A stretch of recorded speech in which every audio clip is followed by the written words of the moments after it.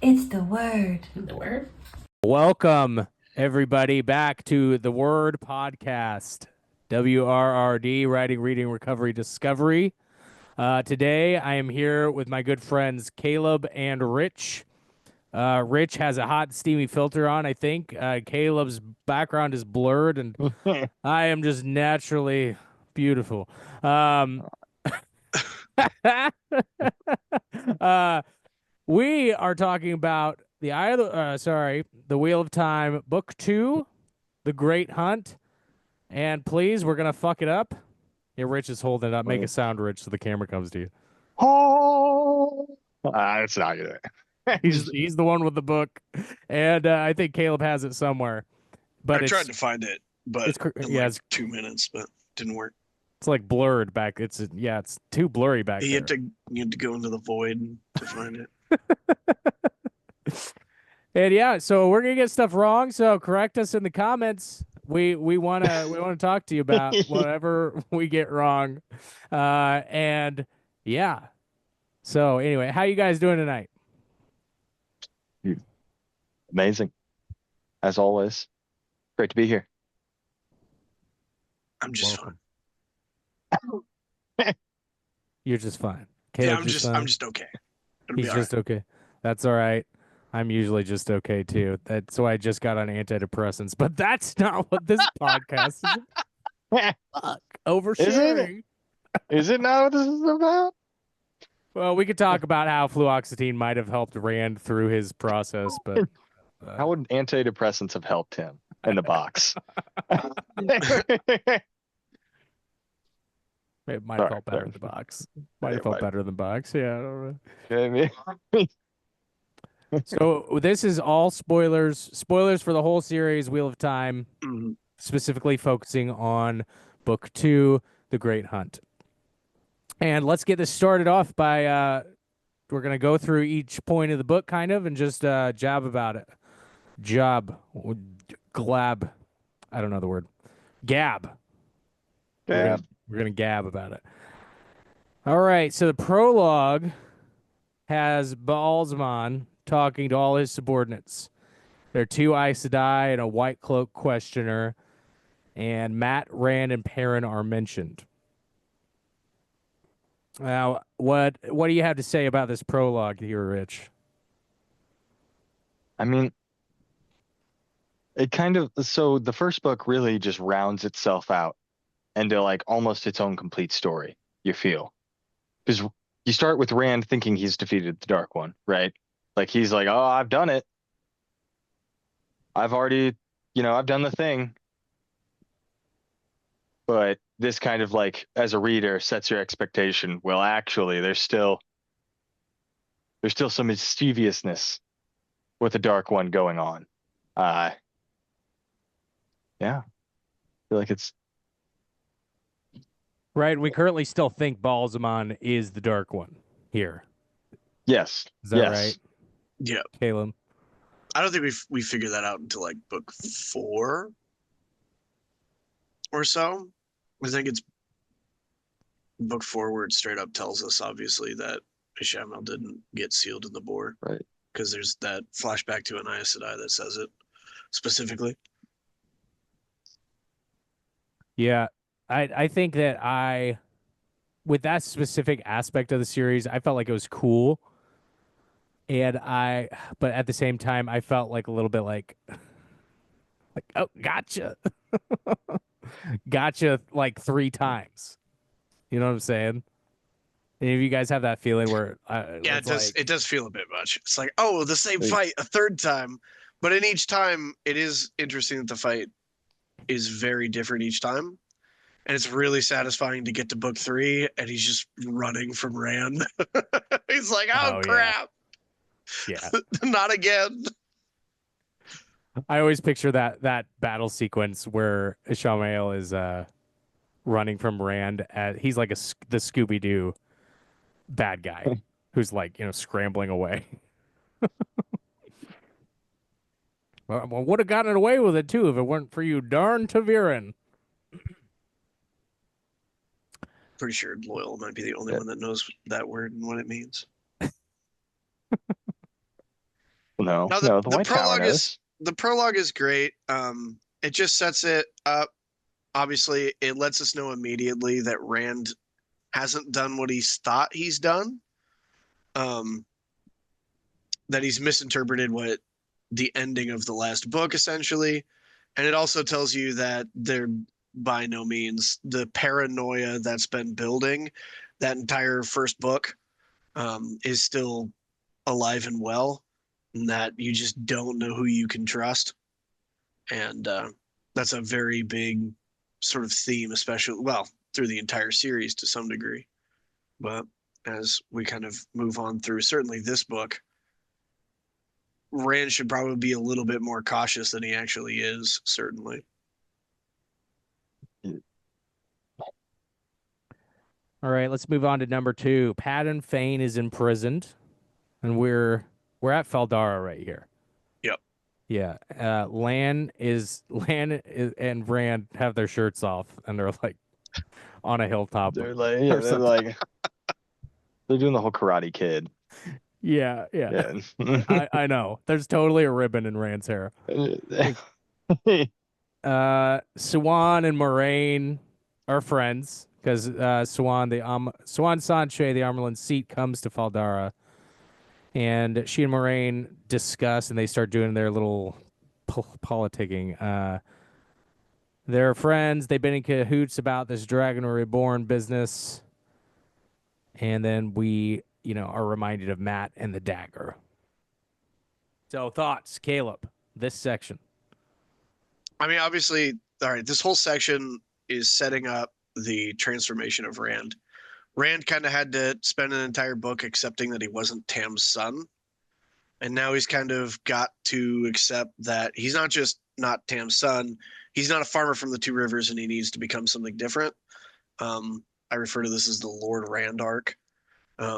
He goes from being, a farm boy from the Two Rivers to he is a lord. He has all of the sort of self-confidence and self-assurance that a lord does by the end of this book, which is important because he has to walk in all these noble circles as the book series slowly transforms from a sort of classic travelogue story into a sort of political shenanigans story. That transformation has to occur before that can happen, because you don't take the boy on the farm that works in a travelogue and throw him into a bunch of political intrigue because he wouldn't survive 10 minutes. And we see Rand not surviving 10 minutes in this book to some degree. So it sets it up with Lan. Lan kind of gives him his first lesson. He's theoretically teaching him the sword. The sword is symbolic in this book for sort of the bits of his past that he's clinging on to.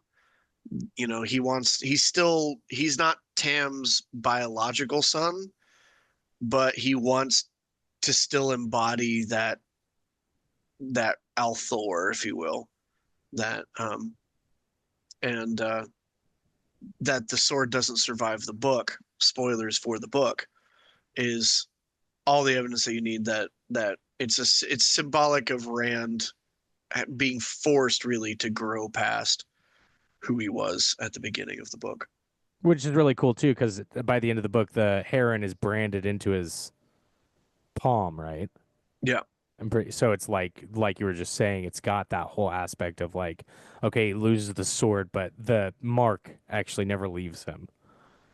Yeah, he's supposed to have a heron on each palm. Yeah. Well, and then it's also like the first like actual bit of prophecy, like of the original prophecy, like that really hits Rand in the face.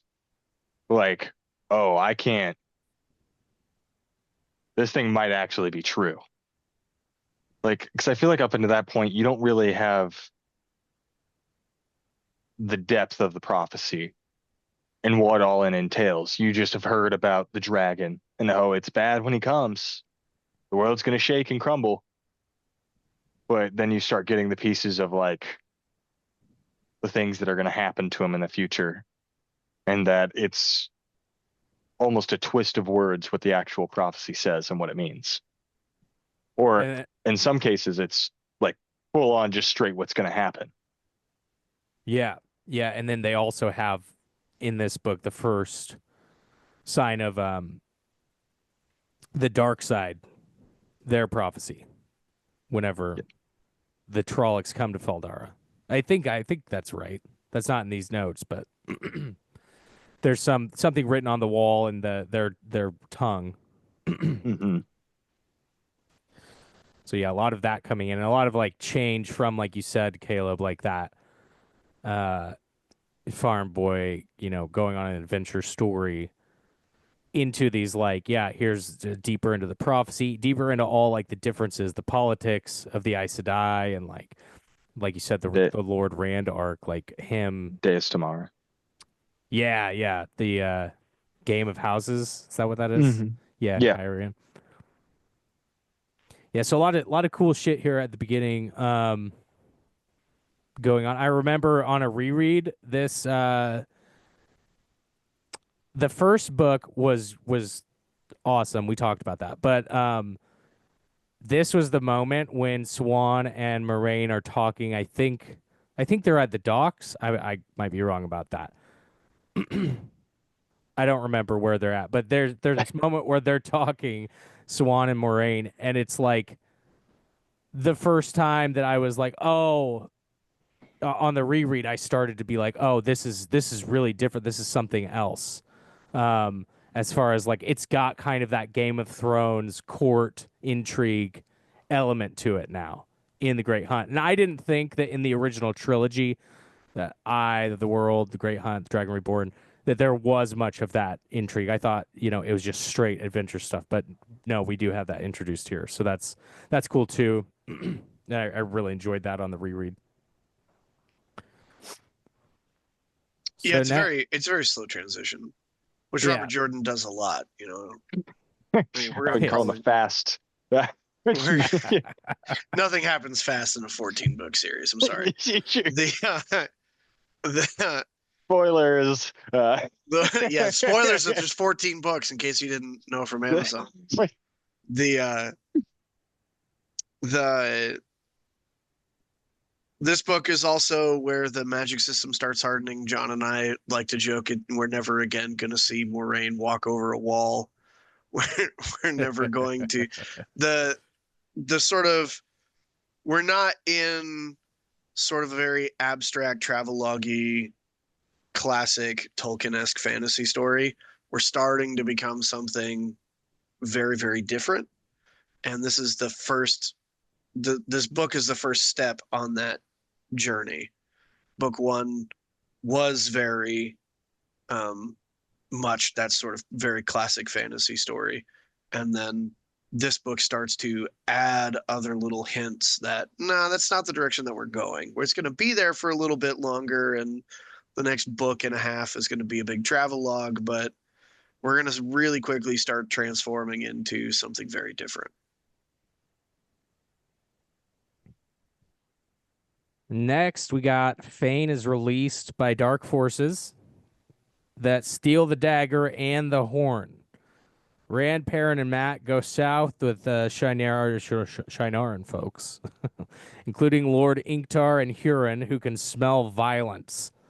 The Amerlin takes Nynaeve and Egwene to Tarvalin for Aes Sedai training, where they meet Min and Elaine. Moraine pieces out. I don't know where she goes.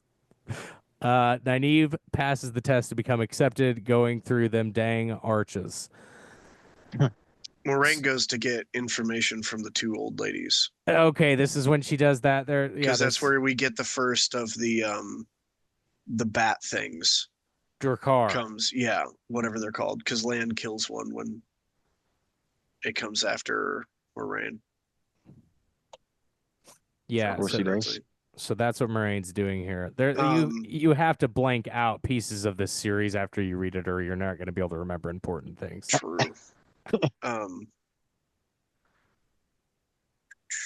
So this is our introduction to Ingtar and Huron. Ingtar is just a really fun. His arc through this book is a lot of what makes this book great. For very for reasons that if you've read the story, you know what's happening. That he's a dark friend and he's trying to kind of fight with this. He wants redemption and he thinks he can get it if he can get the horn. And then you've got Huron, who is a commoner, and he very much sees Rand as a noble. And Huron is sort of one of the two characters that's going to be constantly with Rand in this book, pushing at Rand to become a noble.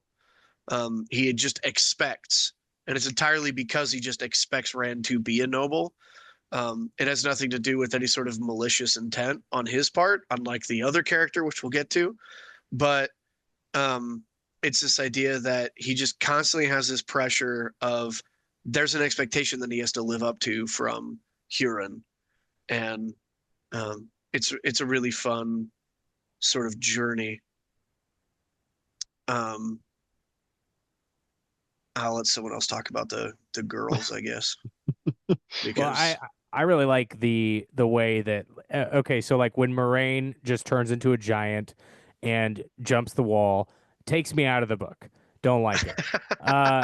But here, when we have Huron or like Perrin's ability, like these different ways that the magic manifests itself that are not the one power or whatever, or channeling, like Huron having this weird little capability, and then Matt, the way that Matt becomes magical later, where he's able to, he has good luck, and his holes are filled by the Aelfin and Eilfin, all that shit, like all these What? different ways that Aelfin, Eilfin, Aelfin. the holes in What- his what is- memory, I think, is Yeah, what we're what are trying to they? get at. What are they? What are they? What are they His- doing? I don't- Stop! They It's got to go on YouTube. BDSM. They're all Neil Gaiman, and they're wearing leather shit, and they say we're gonna, but there's no I'm gonna safe ask a lot word. more questions. But I'm gonna be real nice and pleasant. I'm gonna talk very pleasantly while I put this.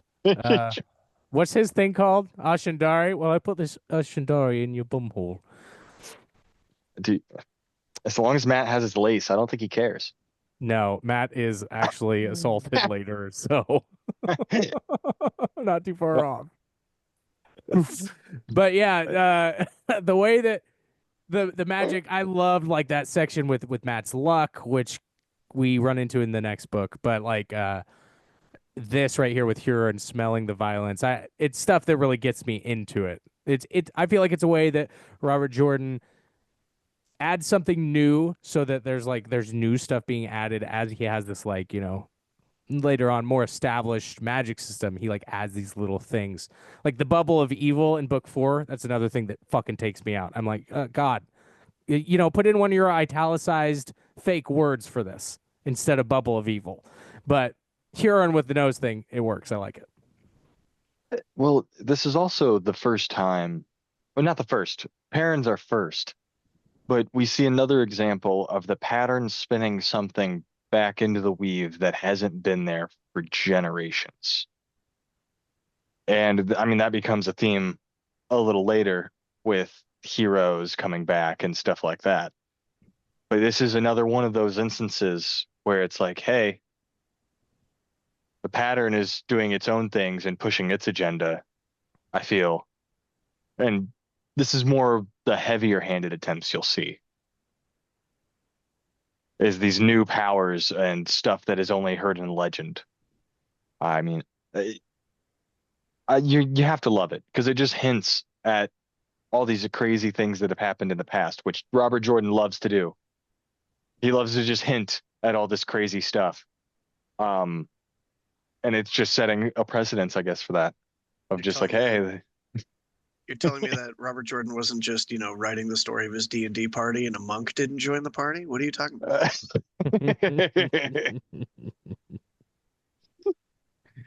No, I really love that. It always makes me wonder about the Age of Legends. And there's some quote about somebody asked him, "When are you going to do the series about the Age of Legends?" And he said, I'm paraphrasing, but he said, I'm not going to because it would be boring. And I think that's so true that like just hinting at it. That intrigue is like what keeps me. Oh, I want another little piece. I want to hear another little piece of like so this power coming back and how yeah. But if it was like, I got to watch all of it. If all this stuff all of a sudden showed up and it was all of a sudden good for them, it would take away all of the tiny impacts that it actually makes all these things matter. Right. Right. So yeah, that we have And the I will stop Amerlin. to Oh yeah, go yeah, ahead. we do need to talk about the girls. yeah, The I will stop Goyles. to mention Nynaeve. Nynaeve isn't quite. I don't hate her as much in this book yet as I will come to hate her. Prepare yourself for book 4. I have not gotten through book 4 in like 2 years because I just opened the book and just read Nynaeve was angry and just shut the book. Time to hate on men for an entire page. So this is really fun. The arches, that's the accepted test, takes you. It's similar. It's similar to what we're going to see with the stones, the portal stones, where it's examples of shifting through other versions of yourself or other realities. Yeah. There's a lot of that being played with here in this book, and Nynaeve going through that and seeing what she does, it makes Nynaeve a really sympathetic character, but it doesn't stick in the way that we'll inevitably talk about when we talk about Egwene and her arc later in this book. Nynaeve is feeling like a character that we're going to really really like at this point. She doesn't stay that way, unfortunately. I still believe she'll come back later. I think on reread if I can get through her mid parts, but yeah, but between the formal education that sort of Elaine and Egwene are getting and hardening the magic system for us, the interactions with the magic through is it Terangriel? Um, we're seeing the magic more as a tangible thing instead of as just an abstract get out of jail free card for us. Um, and again, like I said, hardening that magic system to use Brandon Sanderson terms for people that don't know what I'm talking about. I feel like it. The first book is very heavily inspired by Lord of the Rings. I mean, there's not really like, and this is the book that he starts to twist it and put his touches and more of his sort of stuff that he would put in his fantasy. Not that he didn't before, obviously, but like he gets a little bit more heavier handed in making his own magic system and different powers in the world. Not just, as you said before, a traveling journey like the Lord of the Rings basically is for most of it. This is where he starts to like, okay, well, I like these aspects and these aspects. Let's start to add them on top of the layering that I already have.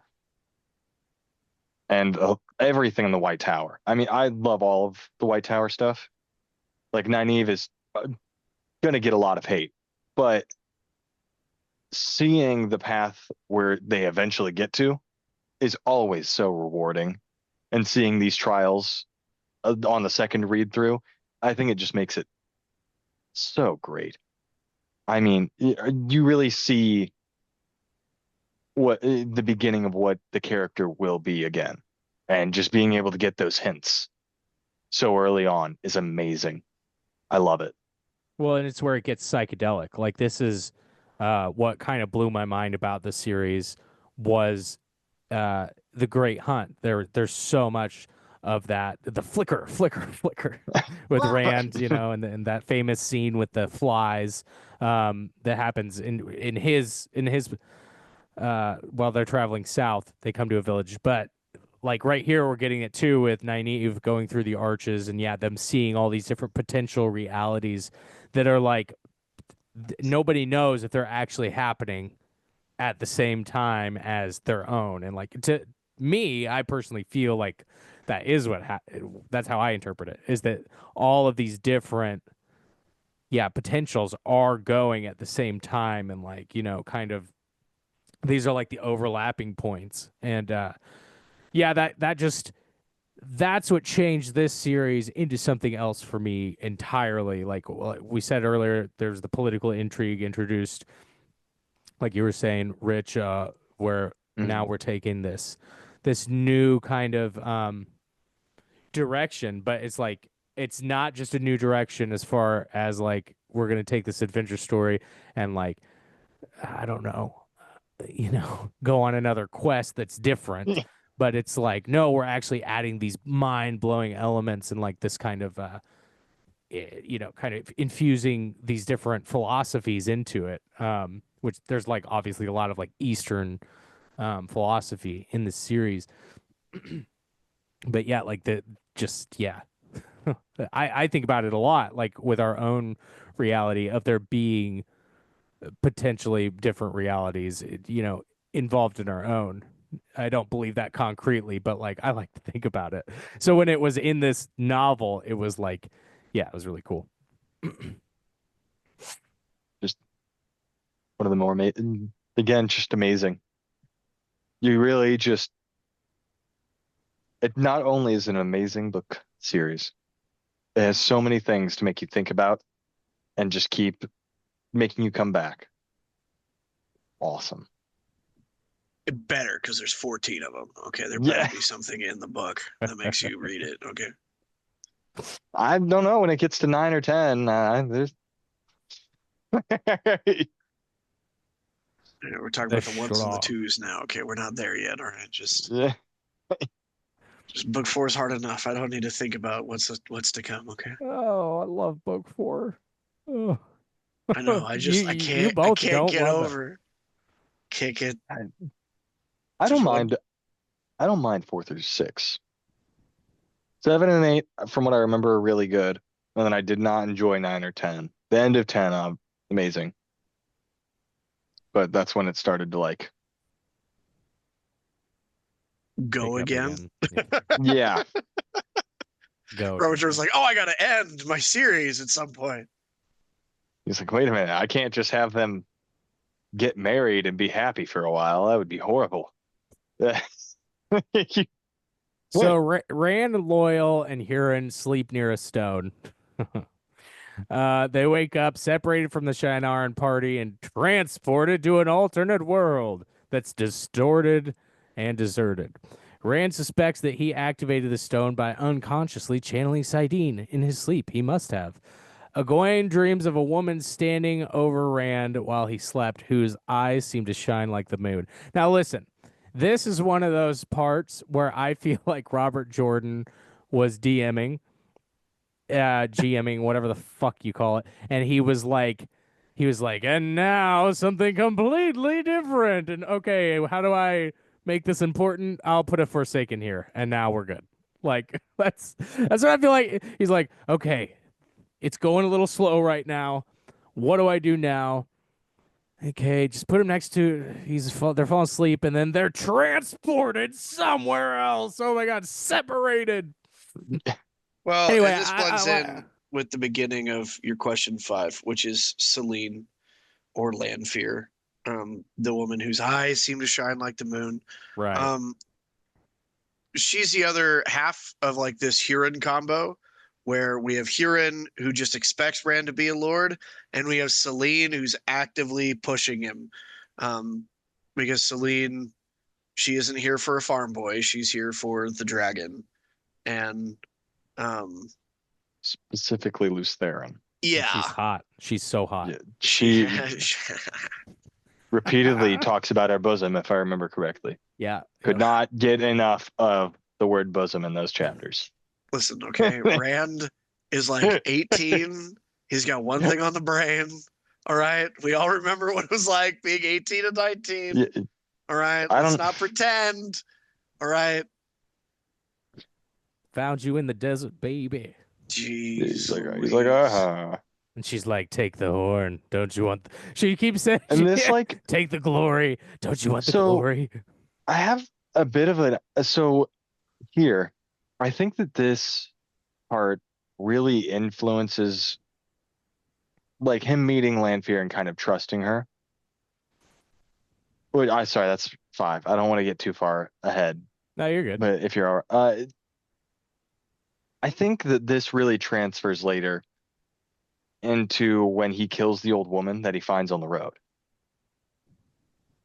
Because you got to think, he runs across Landfiel like this, and in his bout of madness, I'm sure that he connects the dots and is like, well, what if this is a Forsaken? Oh, well, I may as well just kill him. Oh, you're talking about book 3 when he just like The merchant beheads. lady in book 3. Yeah. Yeah. Just that poor old lady. He's like, oh, you have a fire. Can I stay with you for the night? And he's just like, yeah, fire sword. The sword that was not a sword. Yeah, like, I feel like this really is like, you get your payoff then, but here is like your reasoning of why that happens. No, that's a good point, dude. Yeah. Yeah, that's definitely like a good through.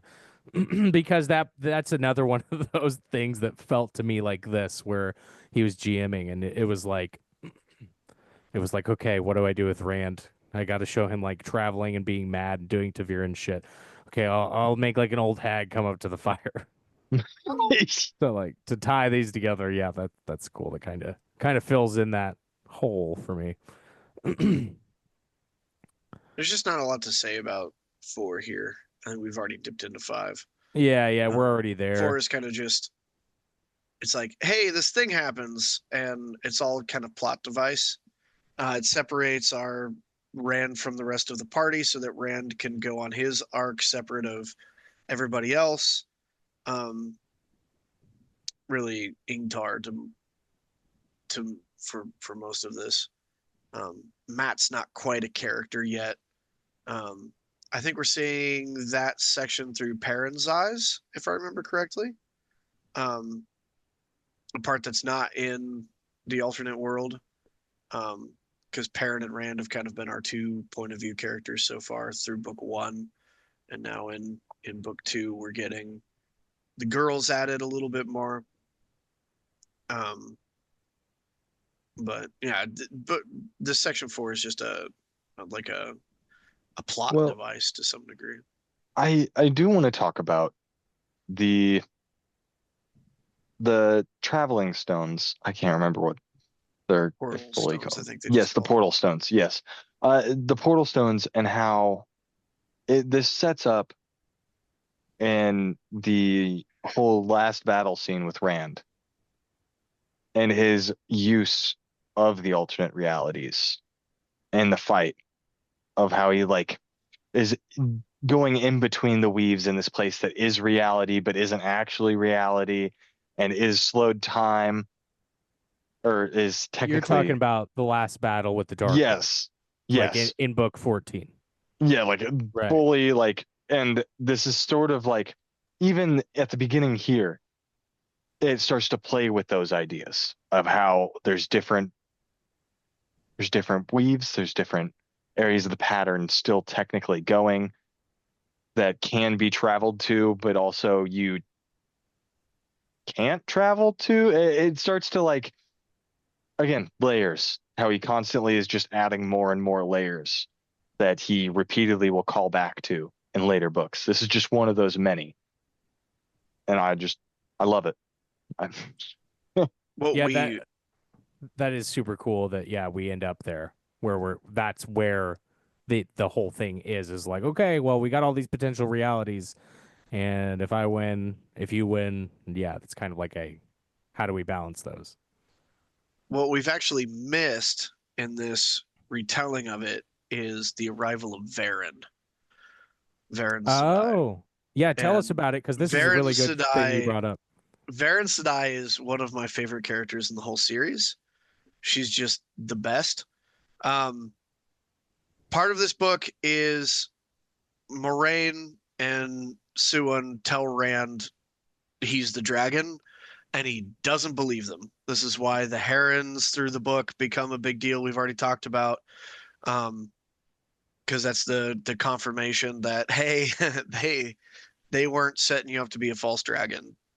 You are the real deal.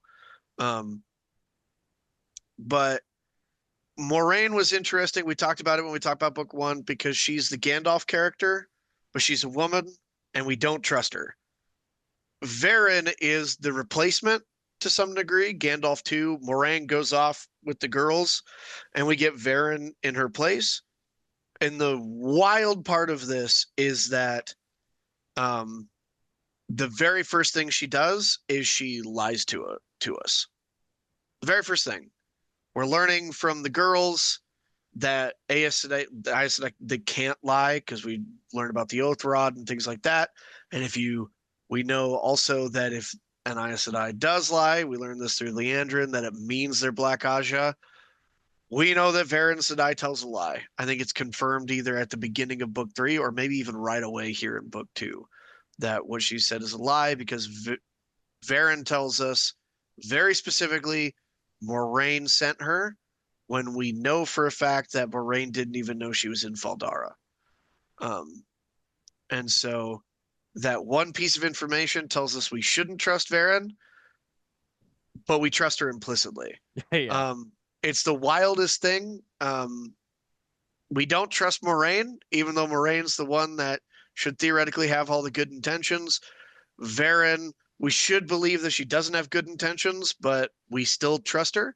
And what's wild is in some parts it's because Moraine sees Rand as the dragon, and Varen sees Rand as Rand.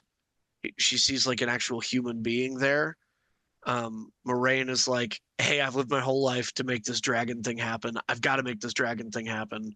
I don't care about the person necessarily. Varen really does care about Rand as a person, and Rand picks up on that, and that's why Rand trusts Varen, and why the boys trust Varen so much more than they trust Moraine. And it's wild. Varen is one of my favorite characters. Obviously, we're spoiling the whole series here. Varen is Black Aja, but she's double agent the whole time. She's really working for the light, and it's this wild. It's just a whole bundle of fun to see. Varen Sedai is just one of my favorite characters in the whole series. To see her be this crazy, fun, double agenty spy through this whole series is just one of those fun things on reread to go back and watch.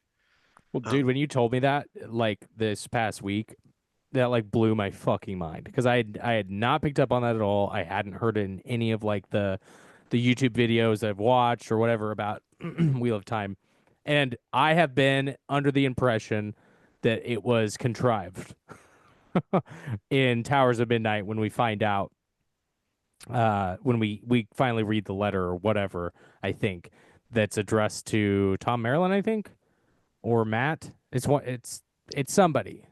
There's some letter that like Matt needs to open, and that's how he finds out that Moraine is still alive inside the Tower of Genji or whatever.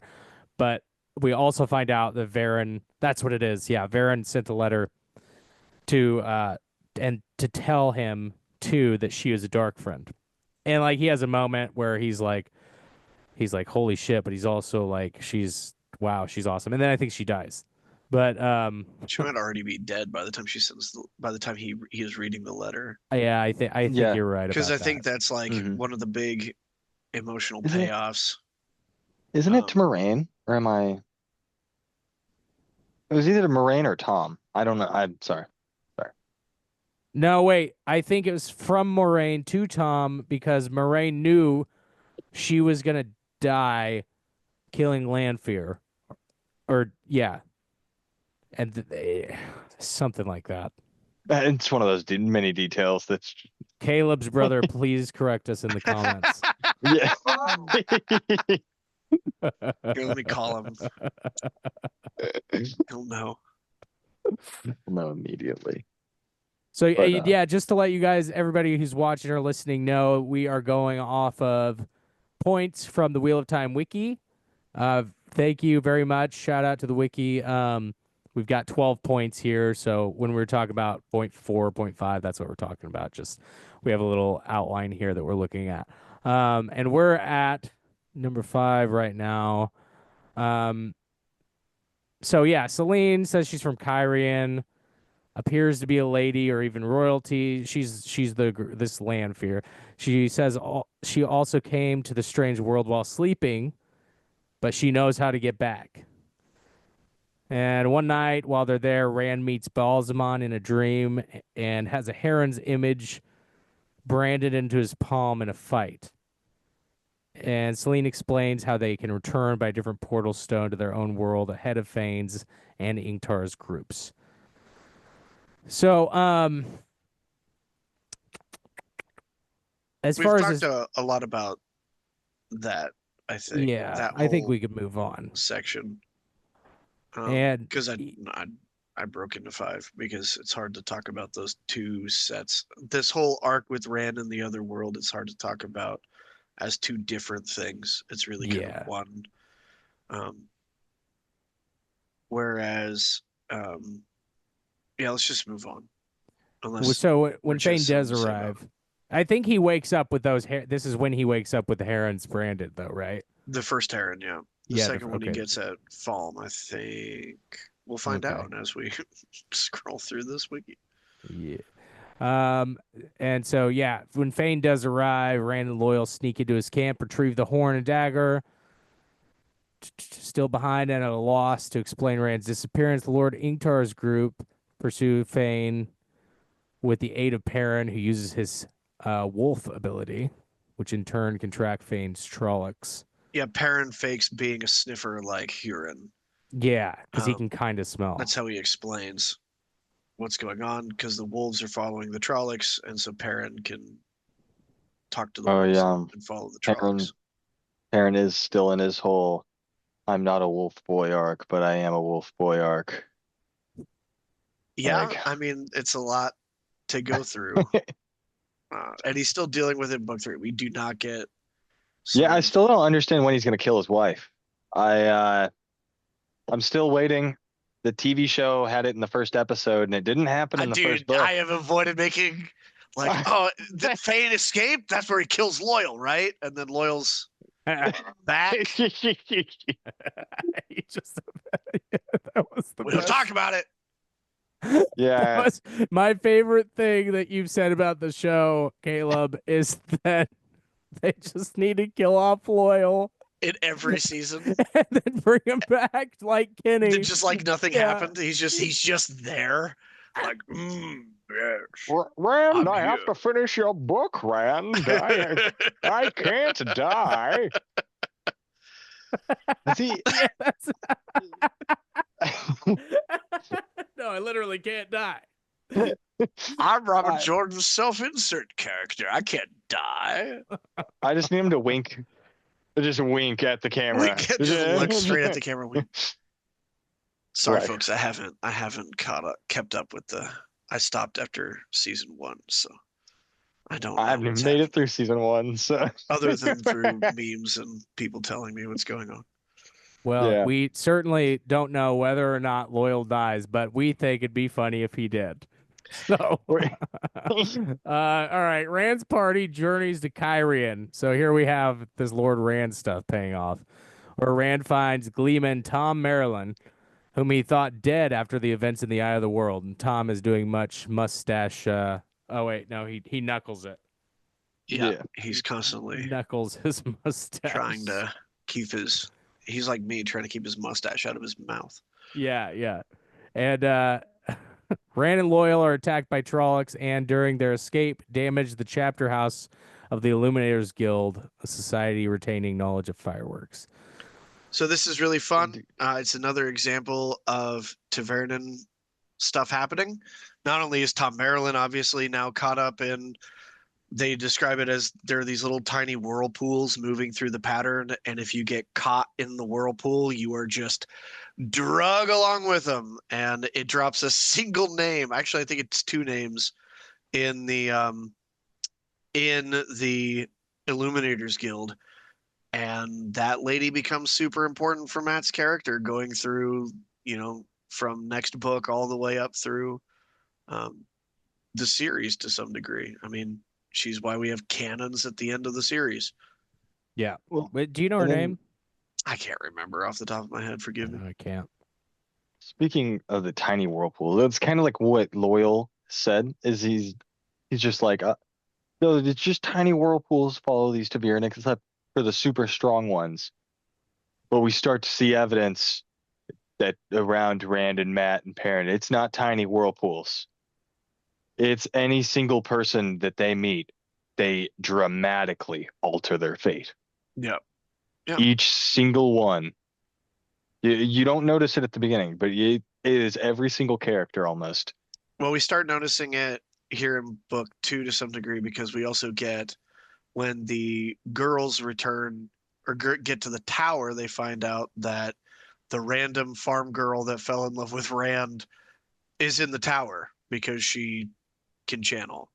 And so she becomes a reoccurring background character.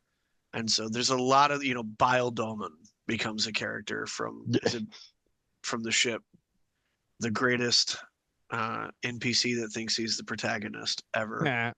Uh, he is like the classic. This guy thinks he is the main character of the story. Everybody's after him, and him alone. Could possibly be that they're there for other reasons. Well, It's we very need to fun. talk about him. I think he's at the beginning of this book, and the wiki does not talk about the Sean Chan until like way later. But I think True. at the beginning of this book, we have the Sean Chan boarding Bail Doman's ship, I It's think. our first introduction to them, yeah. Oh, Yeah, they're and going to be the big villain at the end of the story. And we'll Ah, get there well, yeah, they are. They're going to be the huge villains well, not the end of the story as far as the greater Wheel of Time, the end of this book, which is 700 pages in and of itself, so yeah. um, they they're kind of this looming threat in the background waiting at Falm. It's kind of the whole book has this feeling you're on a travelogue story, but you're not taking the ring to Mordor. You are getting pulled into a trap, but it's each individual person is getting pulled into a trap. And they're all just running as fast as they can in that direction for their own reasons. Fane takes the dagger, so we got to go there for Matt's sake. Rand's going there because he starts having dreams about. I think Balsamon keeps telling him he's going to meet him in Falm. Um, Meet you at Found, bitch. yeah, That's what he it's like says. at high noon. And so it's they're all kind of moving in this one direction. The girls end up kidnapped there. That whole arc takes place, which we'll talk about later, I'm sure. But so you're walking into like the dragon's den, and that's the vibe of the whole book. And so the Shanchan are this looming thing in the background. You're like, these people are weird. Yeah. They're very alien. They don't just have like alien monsters that Rand's finding in this other world. They also act very strangely, behave very strangely, dress very strangely. Um, and that's one of the very fun things um, about this story as it's coming up is that there's just this thing sitting off in the west, and it's gonna be really weird when we encounter it. Well, it's our key to the outer world too. Like I know that for me as I was going through the series, I kept wanting, which is always the sign of a good series. I kept wanting more of the world. I kept wondering, okay, but haven't we learned about more of the world? And like the Shan Chan map, you have to like Google to find. Like it's not in any of the books that I ever owned. It's cool. Like you can see where like Rand um portals himself into like their waste or whatever. Like that where that is and like where their the capital of their empire is. Anyway, it's really cool that it opens up the world and like you said, it's like very alien. There are these people who uh enslave women who can channel, but that's not just that. It's actual like fucking neck braces that they hold to them. Yeah, And they're like pets, yeah. and we're Yes. gonna get to see that Egwene go through that, and I'm sure we'll have lots to say when we get there. But I'm trying to not spend a bunch of time on it here. No, I know. we I get just to felt it. like we needed to go back to it because it was like Yeah, insequential. Like I found it weird that the wiki didn't mention that in like point two because it was like this like that's one of the most vivid scenes of the book for me was oh shit. Like I remember thinking that when I read it the first time where I was like, no, they're okay and they have collars around their necks. yeah, This is fucked up, you know? yeah. And it was kind of like a It's oh, very this is different dark. than our continent, where the Aes Sedai are almost they're always they're kind of in control but not in control. They're like pulling strings, and king's dance, I think, is the phrase that's used to describe them. Whereas on the other continent, they're literally enslaved, Yeah. and it's wild. Um, and it shakes up sort of our assumptions about um, what could be in this universe. Again, it's this other little hint that this world is way bigger than we've let on. Um, Even though we've still got tons. We're going to Kirainen, or how do you say it? Kyrian in the Kyrian. audiobook. Sorry, It's not your fault. dumb Midwesterner trying to talk. Anyhow, so the so we're going to. I'm just gonna say it like I was. Yeah. Kirain, whatever. We're going Karen. to the sea place, Karen. and we're going to experience this whole other culture.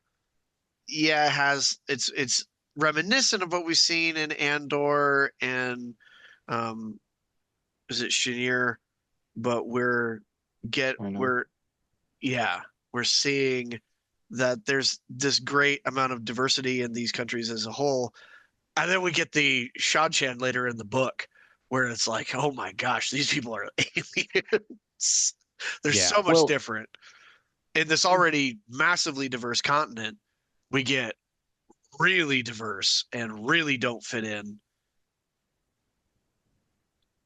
well, this is also like up until that point, women who channel are kind of like treated as you can't mess with them. Like you, all the Aes Sedai, all the teachings that you have gotten from that point from Morena is like basically, if you're a woman channeler, you're the top of the food chain now. Like, and then this completely just mollywops you out of nowhere. You're like, wait a minute. They're not the top? Has Moraine been lying this whole time about how the White Tower actually works? Is it what what Well, yeah, actually? but But- kind of. That's also Which one. We'll talk about this obviously later when we start talking. When they become Aes Sedai, and like the girls are like, "Oh, these are just—they're like us." you don't oh become shit. you don't become mysterious when you become an Aes Sedai. You're just a woman. It's Yeah. like, you just okay, all right. you just Which, act mysterious. which is like You just pretend to be. yeah, which is so like oh my god, like you guys just said so many things that like are about Robert Jordan's writing that are like just top notch spot on because there's so much stuff you can kind of point to and complain about. Like some of the things that feel kind of contrived or come out of nowhere or like don't get explained, or don't feel mysterious, but also don't get explained. But they're just like, what the fuck was that? Like, or we have the points where it really slows down. There's not much going on in the series, which some people really like, but like.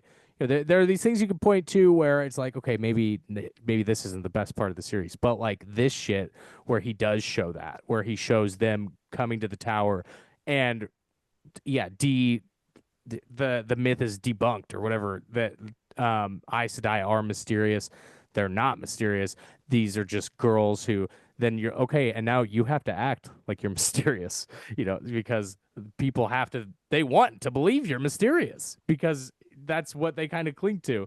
But yeah, then having this flipped on its head, like when he does his cultures, when Jordan's doing his cultures, I feel like that's really when he flexes with his writing, where he's like, okay, True. you might not have loved my dialogue with Nynaeve or whatever character, but when I show you the fucking Atha on my ear, the sea folk or the Shanchan, Yeah. I'm gonna Yeah. show you how fucking different they are from the last culture I showed you, and I'm gonna do it like effortlessly to where you're gonna see it all, and you're gonna be like, oh yeah, Yeah. that makes perfect sense. There would be people that enslaved these impossibly powerful creatures, you know? Or alternatively, even just going to a different city. I mean, Right. thinking about book 4, you go from Tyr, and then one set of people goes to Abu Dar and one goes to the Waste. And you're having like, all right, we're gonna go visit the Fremen on Dune, and we're gonna go. I don't know what Abu Dar is supposed to. I can't remember what it's supposed to be like in our world, but which type of culture? If it's Crime supposed to be City. like more Italian, but I don't Dude, remember. I would love this is one of those things we can't go into, but I would love to get into how much Dune is in Wheel of Time. Well, that'll be book 4 discussion or book Yeah, 5, one of the two. right. Yeah, The whole point. we should include a Dune section. It turns from Lord of the Rings into Dune. Well, it's Yeah. kind Well, of, yeah. That's one of the things I did want to like. So in Lord of the Rings, you never really see your powerful figures like Gandalf fall. Like when you're up at that status, they never really get knocked down a peg besides like Balrog. But a Balrog is like a pretty big deal. It's a Gandalf level threat.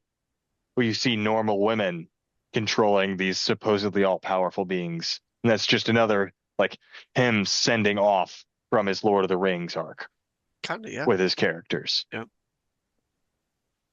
Right, and like in real life, they would be like that. It's like in Yeah. the boys when you see what it would really be like to have there'd be psychopaths, like Yeah. here we're seeing that yes, if you have someone who's all powerful, somebody is going to be like, okay, the fuck that, I am scared. We have to put collars around their necks, and like we're going to use the powerful people to make the collars because some of the powerful people are going to agree with us that these people are too powerful because that's what happened is like they had Aes Sedai help them craft these items. Not in the Age of Legends. Well, it's Arthur Uh, Hawkwing. It's yeah, Arthur it comes Hawkwing's because of hatred the of fight. Aes Sedai. Yeah, his fight with the White Tower. Yeah, he tried to The take White it. He Tower couldn't. is their. I mean, this isn't. Yeah, the White Tower is their own worst enemy, as the books like repeatedly prove. Yeah. For each thing that happens to the White Tower, it's because they caused it. Like, they are the ones that did the whole Arthur Hawkwing problem. They created their own issue there. They did the same, like, they did the same exact thing with Rand. They did the same exact thing. Like, I mean, Right. they always seem to dig themselves into a hole. And Which it's is another thing that does not feel contrived. well, it's because like so we get this whole the female half is not tainted, and the male half is tainted, Taint. but taint. Yes, yes. What are you, 12? I mean, we made the whole jokes. May as well make the taint jokes. So, oh gosh, I There's like 12 more completely books got of rid this, of guys. I'm so sorry. I am so sorry. It happens in my mind every time. You were saying the female half is Yes. not tainted, the male half is. And this is kind of there's a theory that the female half is tainted, and it's the overwhelming sense of the power that they get, and like the completeness when they use it, the addiction almost to the it. addiction, So cool. the sweetness of it, the desire to almost OD on, because that's one of the first things that they have to train themselves, going back to them in the tower. The very first training that they go through is now don't use the power. And it's what becomes so different from the Ashaman training, is because of which is like, use the power for everything until you go insane and then we'll kill you. But for the girls, it's like, okay, hey, you're here at magic school, cool, your first lesson, yeah, you can't use the magic because you gotta learn to not get addicted to it, or the very first thing you're gonna do is kill yourself with it. Yeah, Moraine you like are gonna hypes OD. up. right? Like hypes up the like whole magical trade. Like, you guys are It's going the to most become amazing strongest. thing. And It's then gonna be so much immediately fun. they're just getting the shit beat out of them. You're And gonna they're wash pots and pans yeah, and sweep the floor. You're gonna have a room, and you're gonna keep the room clean. We're like, like, I'm here to do like magic. Excuse me, this is I'm not important. Hogwarts.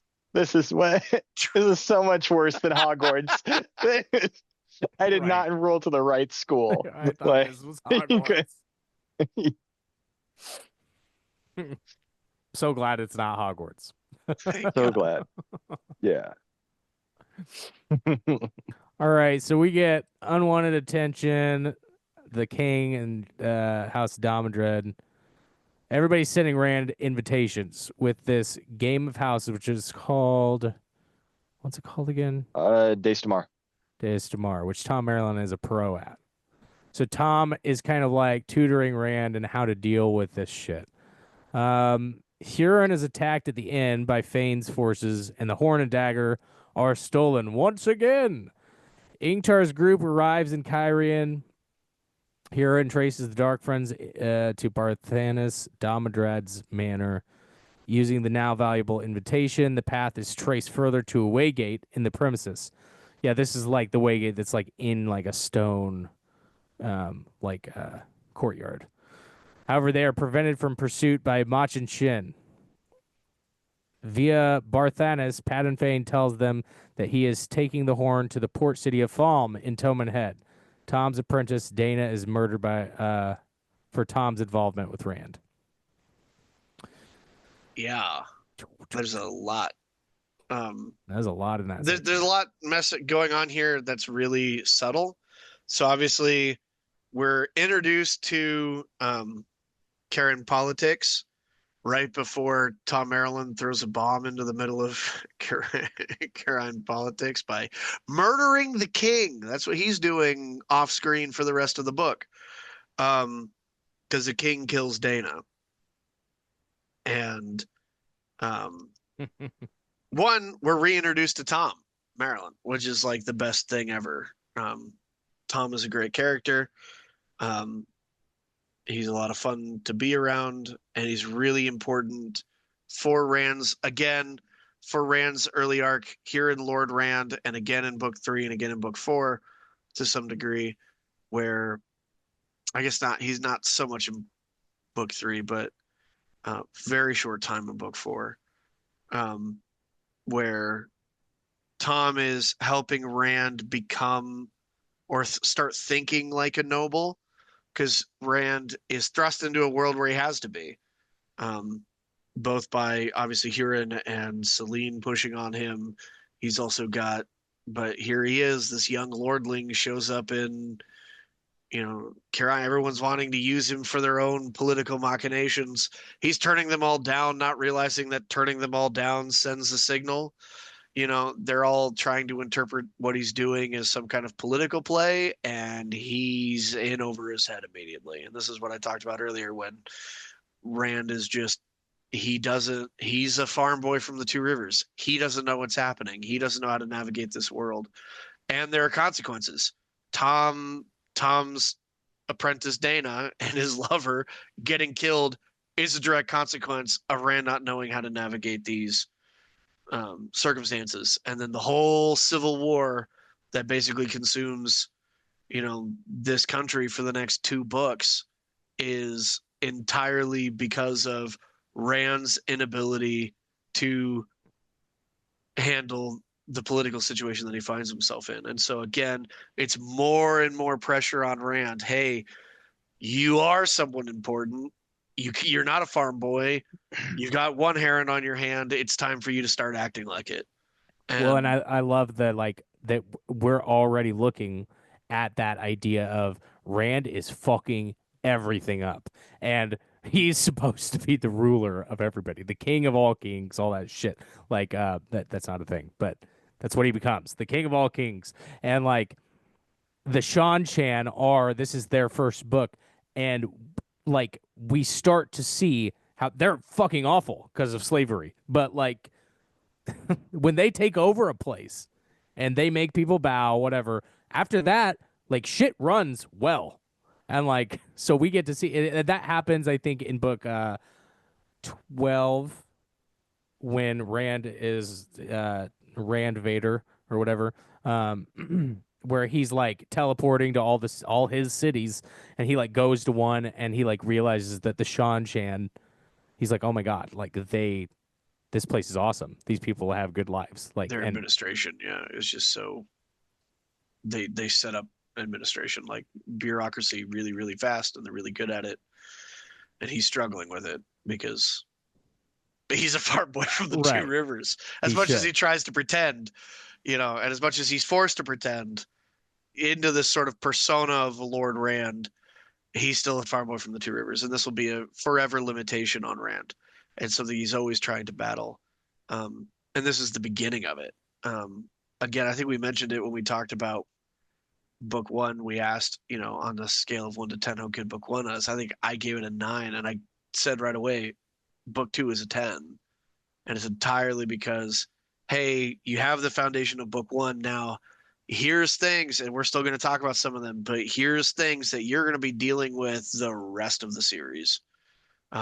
We're introduced, actually, in this section, doesn't even mention it. We're introduced to the Isle for the first time Oh, here. really? In fact, we meet Avendina here. Perrin and Matt's group, I think, meet the Isle because they're tracking Trollocs on this side of the spine of the world, because they're hunting for Rand, essentially. Karakan. Yeah. They're hunting for the Lisan al Kaib. Sorry.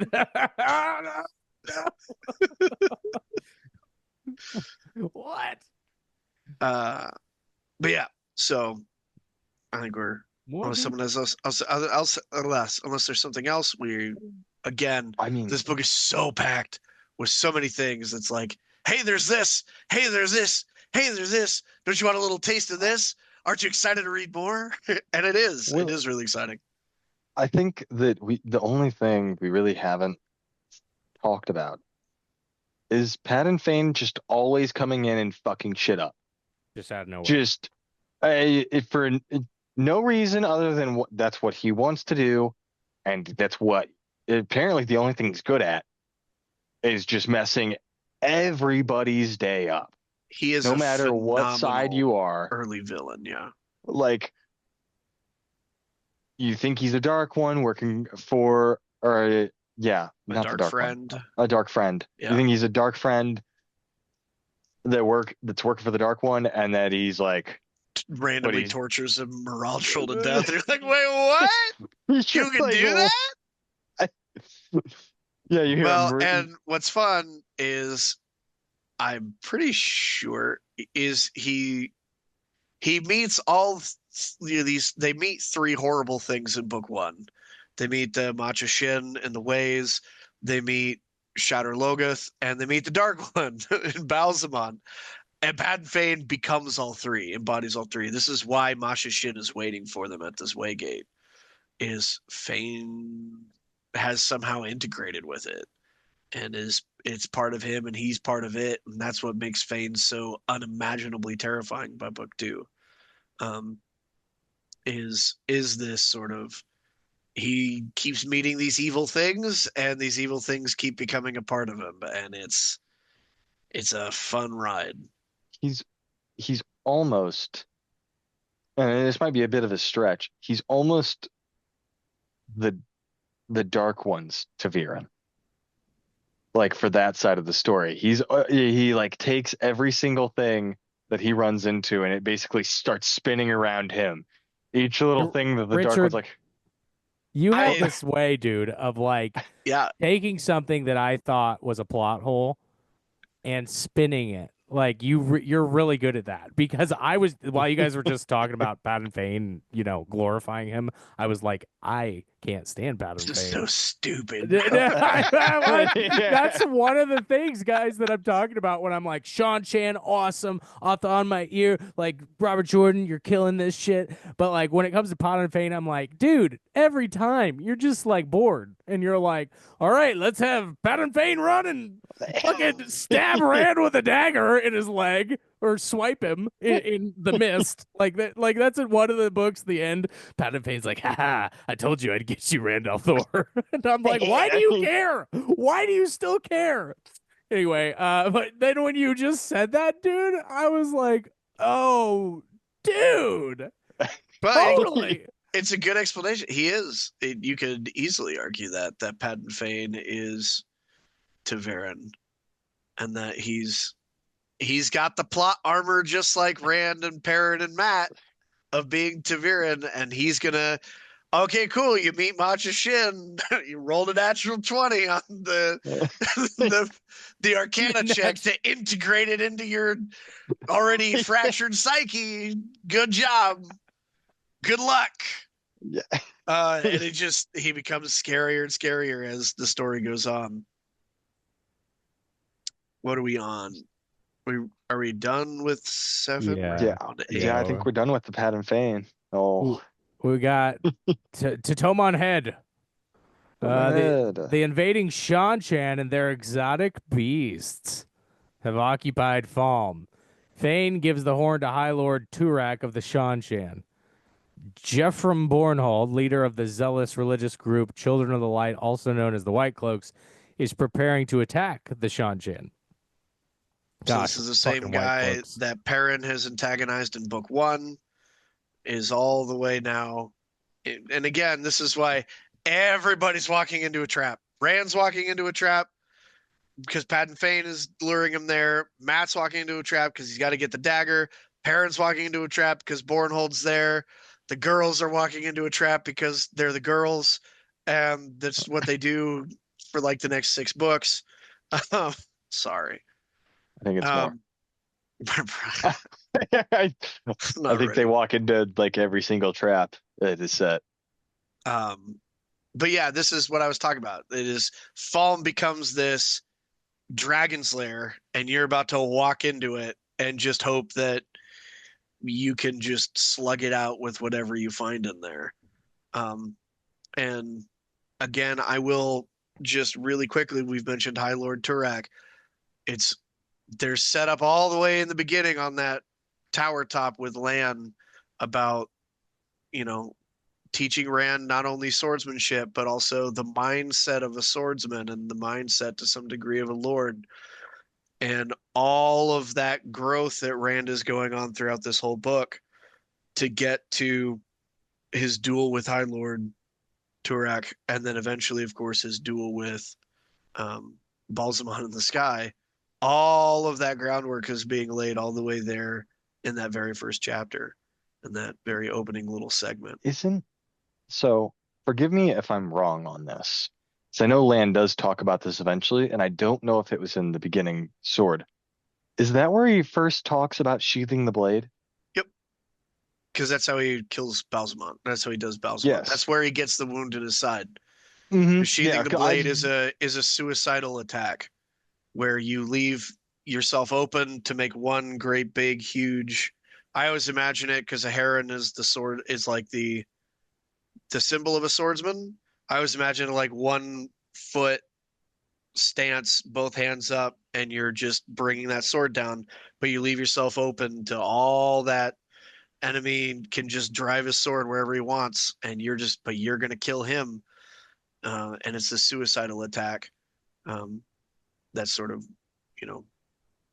that Rand pulls off at the end of the book, but to kind of cement the fact that he is a master swordsman to some degree, because he's willing to behave like one, And again, it's this, the Lord Rand arc, the swordsman arc, whatever you want to call it. Rand is becoming willing to be the Dragon Reborn. It's the arc that he's going on. It's like, hey, the first book is you're called to be this horrible thing. Surprise.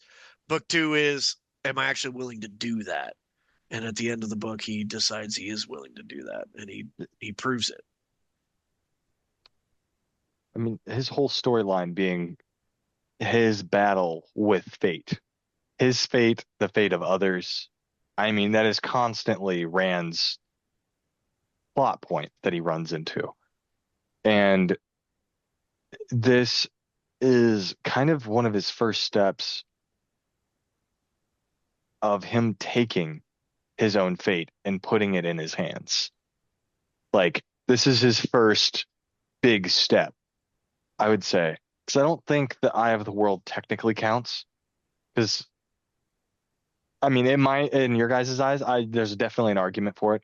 But I feel like this is definitely his biggest, like, I am the Dragon Reborn.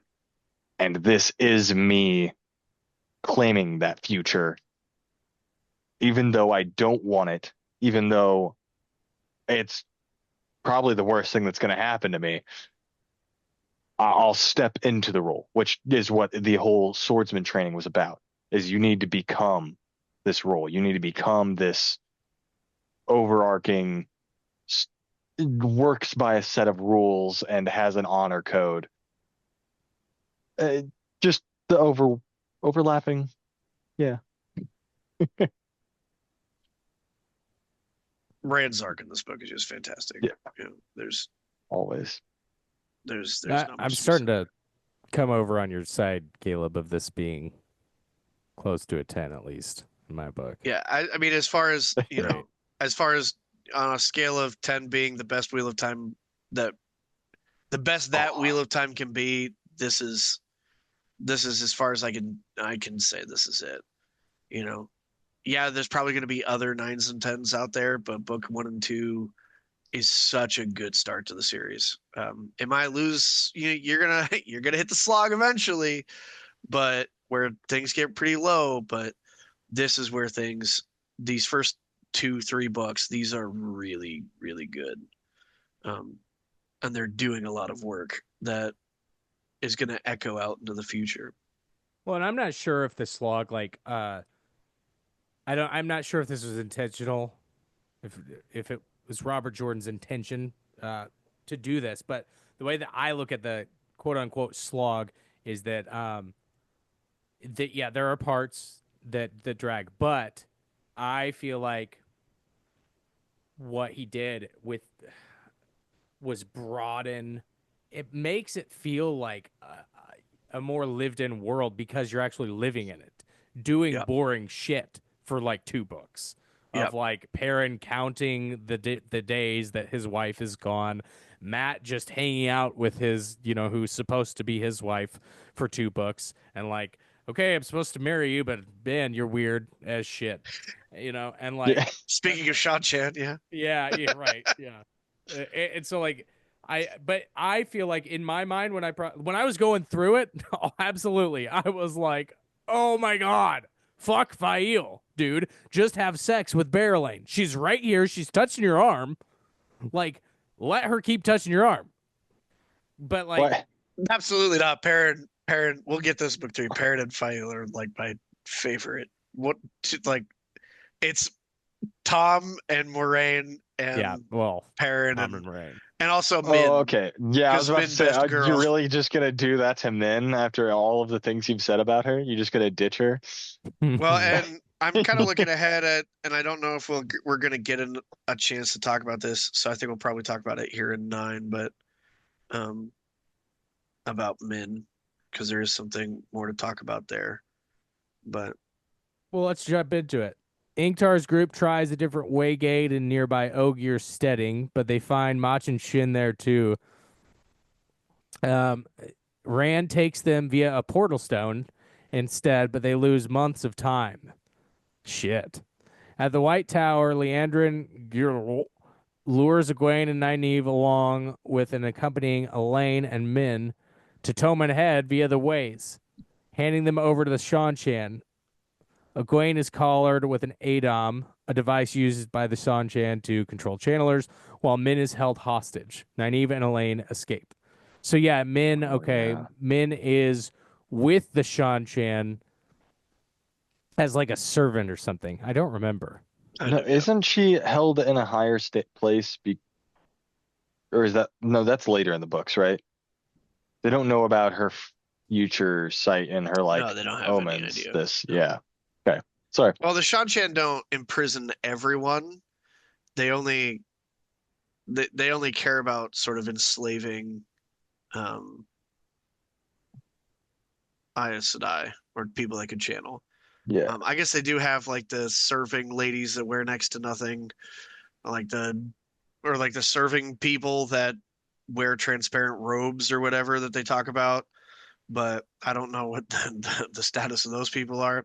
What's fascinating to me about Min here is Min throughout this entire book is struggling with. She's got Egwene, who is still kind of in love with Rand. Kind of every book she has to choose not to be in love with Rand for like the first three books. Um, you've got Elaine who's in love with Rand, and Min knows that that's because Min has the foresight. Thanks for mentioning it. Um, Min knows that Elaine is actually it it works. That's a relationship that is going to be a thing, and she knows that she's going to be in love with Rand. And this is one of the really fun bits of this book, in a way, another parallel with Dune to some degree, is the big question of prophecy, of and we'll talk about this a lot in book three, but how self-fulfilling is prophecy? How much would Min have ever even picked Rand out of a crowd ever if she didn't look at him and immediately know that she was going to be, you know, in love with him later on? It's this sort of interesting thing, and she's struggling with that through this book of does she even want to be in a relationship with Rand? She doesn't really care about relationships. That isn't something she ever had on her radar. She doesn't see him, I think, until the very end of the book. She's the one that finds Rand, if I remember correctly. At first, it's either her or she's the second, and Nynaeve is the first. Um, but Yeah, uh, she's snuggling him, and Egwene is like, "Oh," and Min's like, "Yeah, sorry." it's a thing. I'm not seeing it mentioned before. I'll really quickly mention the portal stones. They lose months of time because they're going through alternate versions of their own lives. We see this directly with Rand, where he goes through a bunch of lives where he doesn't realize he's the dragon, and they all end badly. Every single one of the ends, he witnesses like his death. The only other thing that I'm really going to mention about this is we get a we get a glimpse of what Matt sees because Matt talks about it. And the really cool thing about Matt's is every single life that Matt lives, he betrays Rand in the Portal Stone. Every single one. Because This that's the very first thing he says when they get back to reality is Matt grabs onto Rand and he says, "I'd never betray you. I wouldn't." And it's this wild Rand's being forced to live all of these lives in which he fails to become the Dragon Reborn. Matt's living all of these lives where he's continuously betraying Rand, and who he knows, I think at this point knows he's the Dragon Reborn, or at least knows that Moraine suspects that he's the Dragon Reborn. And he's just shown endless lifetimes of you're going to betray Rand. Um, Does he betray him at some point in the series? I don't know, but at this point, remember, Matt's not a character. Yeah. well, so Really, he's not a point of view character for us. We don't know anything. Book three is coming, and we get Matt back, and we love him, but um, but he's not a point of view character, and we don't know where this character is going. He takes the dagger. He's becoming the influence of the dagger has a really bad corrupting influence on him. You know, what is the result of that going to be? It's hard to say. We don't really know. Um, and so the idea that Matt could betray Rand, and it could be to some degree that Matt experiencing all of those betrayals is the one thing that lets him, again, self-fulfilling prophecy. Well, Is it because he experiences all those betrayals and how they could potentially turn out bad for him that he doesn't end up betraying Rand? That is itself an interesting path to walk, especially when in the background of all of this we have Ingtar coming up and his arc, which again, there's so much packed into this book, with Ingtar having been a betrayer that tries to redeem himself. How far gone is too far gone? You know, Rand is convinced that Ingtar wasn't too far gone at the end of the book. You know, Varen, Dark Friend, how far gone is Varen? Well, ultimately, she's not. You know, by the end of the book, we love Varen, and she's one of our favorite characters by the end of the series, because she's not too far gone. And so, you know, it's one of these interesting things. Again, it's this continuous reoccurring theme that first appears kind of here in this book. So the other thing that I'll mention about the White Tower segment is Liandrin. This is before we get into Egwene, because we need to talk about this for a while.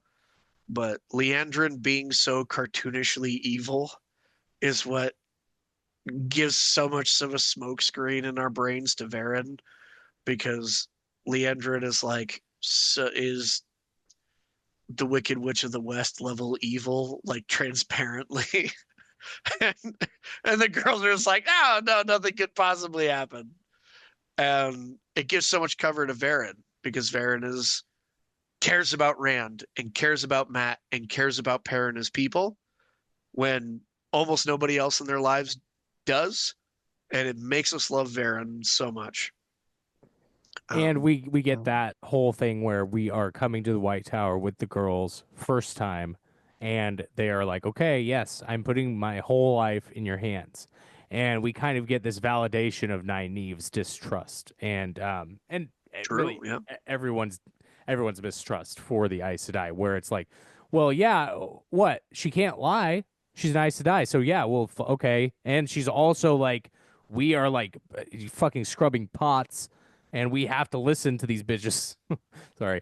And so like she You're not wrong. okay, Yeah. Leander and Sedai, yeah, of course we'll come to the Waygate with you. Fuck. And so then and then they immediately, oh my god, and then Egwene is Well, it's the same. enslaved. It's the same lie that Varen tells. That Moraine sent her. Does Leandrin say that? I think she says If that. she does, that will fucking rule, dude. I don't know. Someone look it up. Tell us in the comments. Caleb's brother. Hit us up, Tell bro. me in the comments whether or not this is real. So I did want to talk about, well, you were talking about this thing with Matt and his betrayal and the multiple visions he had of it. And my little theory that all the main characters in the book are the basically replacement souls that the pattern had to weave out for the souls of the Forsaken that the Dark One took out of the pattern. And how Lews Therin, one of his best friends, ended up betraying him and going to the Dark One. I can't remember which one it is. It's the one that ends up becoming like the Shaman. battle strategist and everything. Literally what Matt does best. Samael. And how it's just, Oh, that's yes, true too. Samuel was one too. but it's one of them, and how he's basically like an exact foil to him. How he doesn't point. take risks. He takes very calculated. But then you have the foil over here of Matt, who there might be calculations there, but we all know there's going to be way more risks. But Matt's really bad at math, guys. Yeah, He did the calculations, but he's just flying by the seat of his pants. And like you said, like that foil idea, like and also having in that scene where Matt's seeing himself betray Rand and then never betrays him, in fact becomes loyal to, he's the most loyal character. You also have Rand going through visions of him not realizing he's the Dragon Reborn, but he does. Mm-hmm. So it almost like all of these this connective tissue that like that And again, it's this idea of, almost self-fulfilling prophecy. Do these characters make Rand's been struggling this whole book with, am I the Dragon Reborn? Am I just being set up by Moraine and Suin to be some false dragon for political shenanigans? I've got this Celine lady that is evidently in love with me, that wants me to be someone that I'm not. I've got Huron that wants me to be someone that I'm not.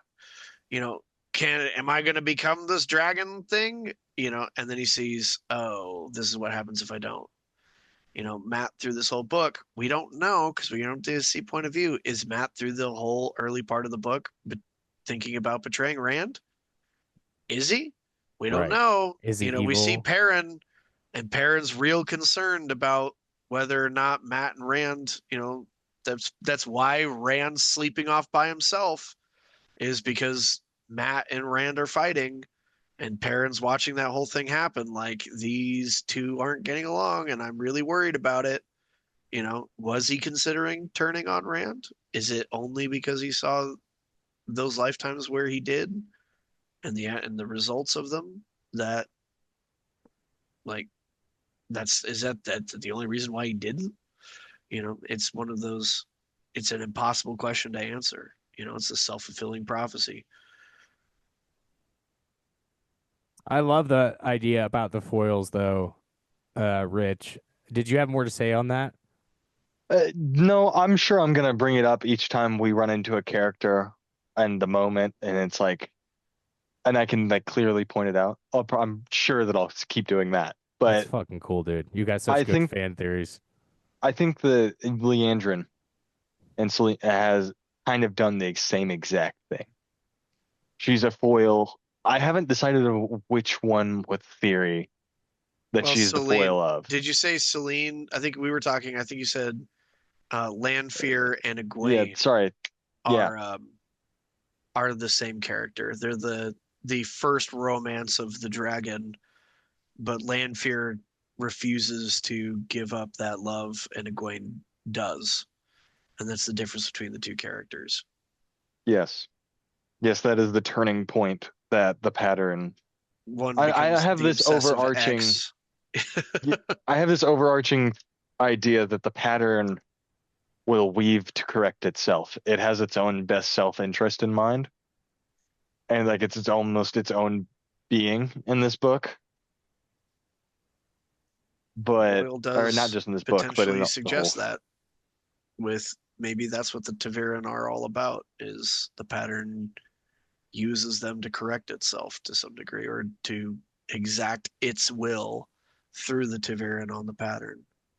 It's again, it's all interesting conundrums about fate. Again, self-fulfilling prophecies and fate, and what does it mean to be fated to do something, you know? So we're about to have Egwene's about to get saved, but before she does, I do want to touch on really We need quick to talk about this. Yeah. just the idea that while she's enslaved, what is going on. Now, I really I think I reread Great Hunt before I watched season 2.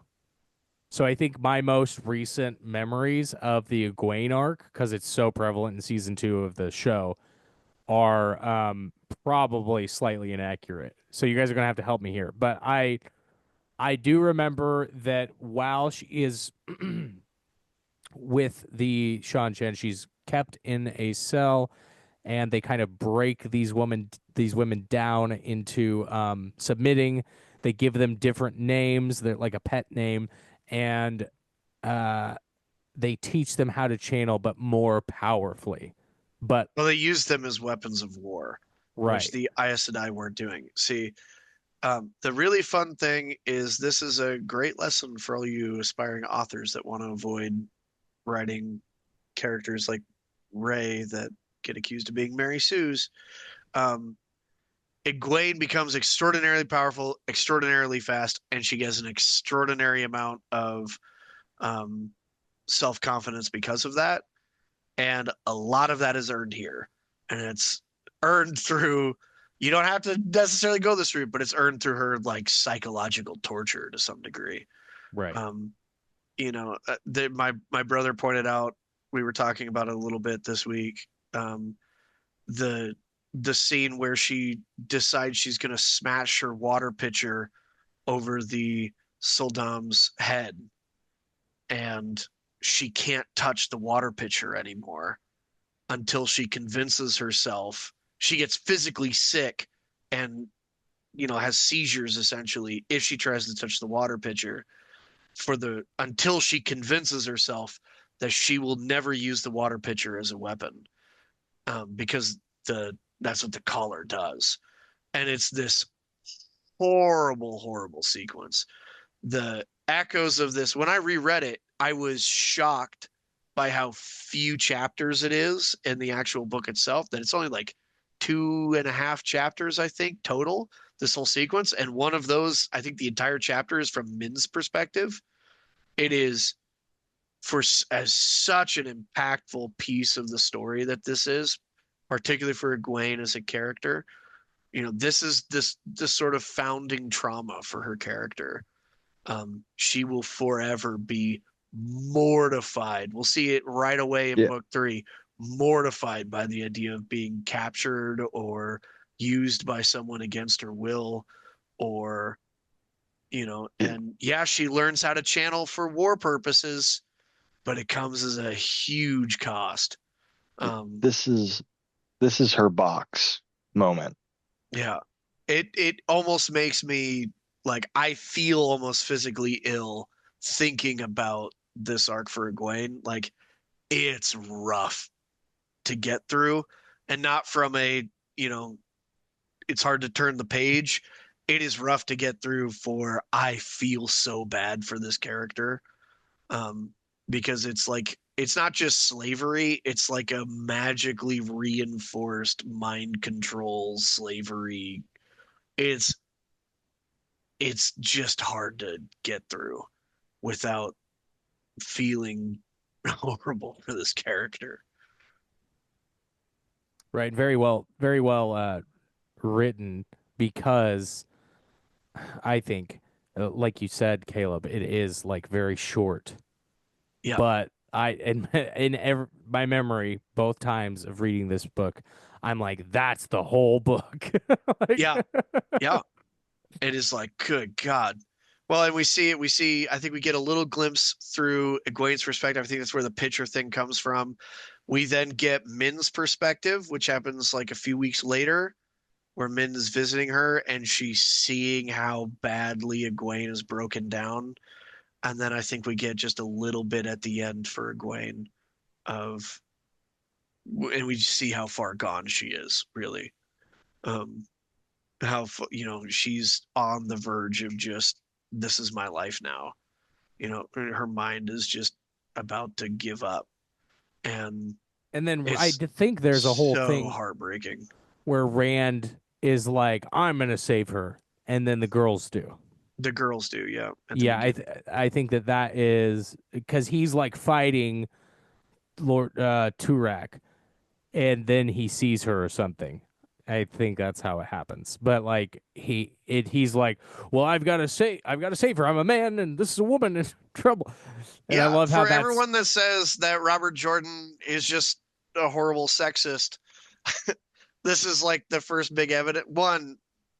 The first big evidence of this is Moraine and how well he writes female character, like really complex and interesting and great female characters. I say as a man, I guess. Take that as a grain of salt. But and then the second evidence is he has this damsel in distress, and she doesn't get saved by men. And every single time we see this, in book 3 again, it'll happen. Girls are in trouble. Yeah, Matt picks the lock or breaks the lock technically, but the girls get themselves out of their own predicament to some degree. They kind of save the ladies save themselves. So they certainly think so. They certainly don't think they need guys to help them out. They're like, Matt, what are you doing here? Oh, thanks, I guess. Matt, why are you here? Now we got to take care of you. Okay, we've already have enough on our plate. And Matt's like, what are you talking about? I just saved your life. Um, God, I hate them and I love them. Rich, you have any more to say about this Egwene part with the psychological torture and So I I mean, I think you guys really have hit on all the main points. I mean, other than like, again, this showing us that the Aes Sedai aren't the biggest power. They are not this eh, almost invincible the force in power this isn't world. everything. Yeah. Yeah, Yeah, you just can, just having access to the magic doesn't make you invincible. and This like sort of you, invincible monster. and you get that hint at the beginning, but this really just sets it in and nails that coffin shut of just basically the Aes Sedai cannot solve everything.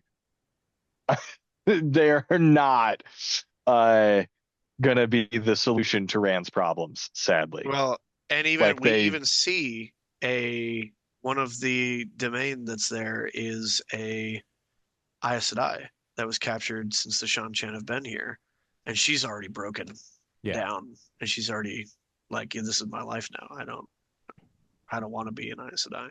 What do you mean? Um, My name is Nancy now. yeah, it's like, um, but I mean, yeah, it is like we're getting the first book spent a lot of time building up these Aes Sedai as being these really cool, badass witches, and book two does a lot of like, yeah, not nah,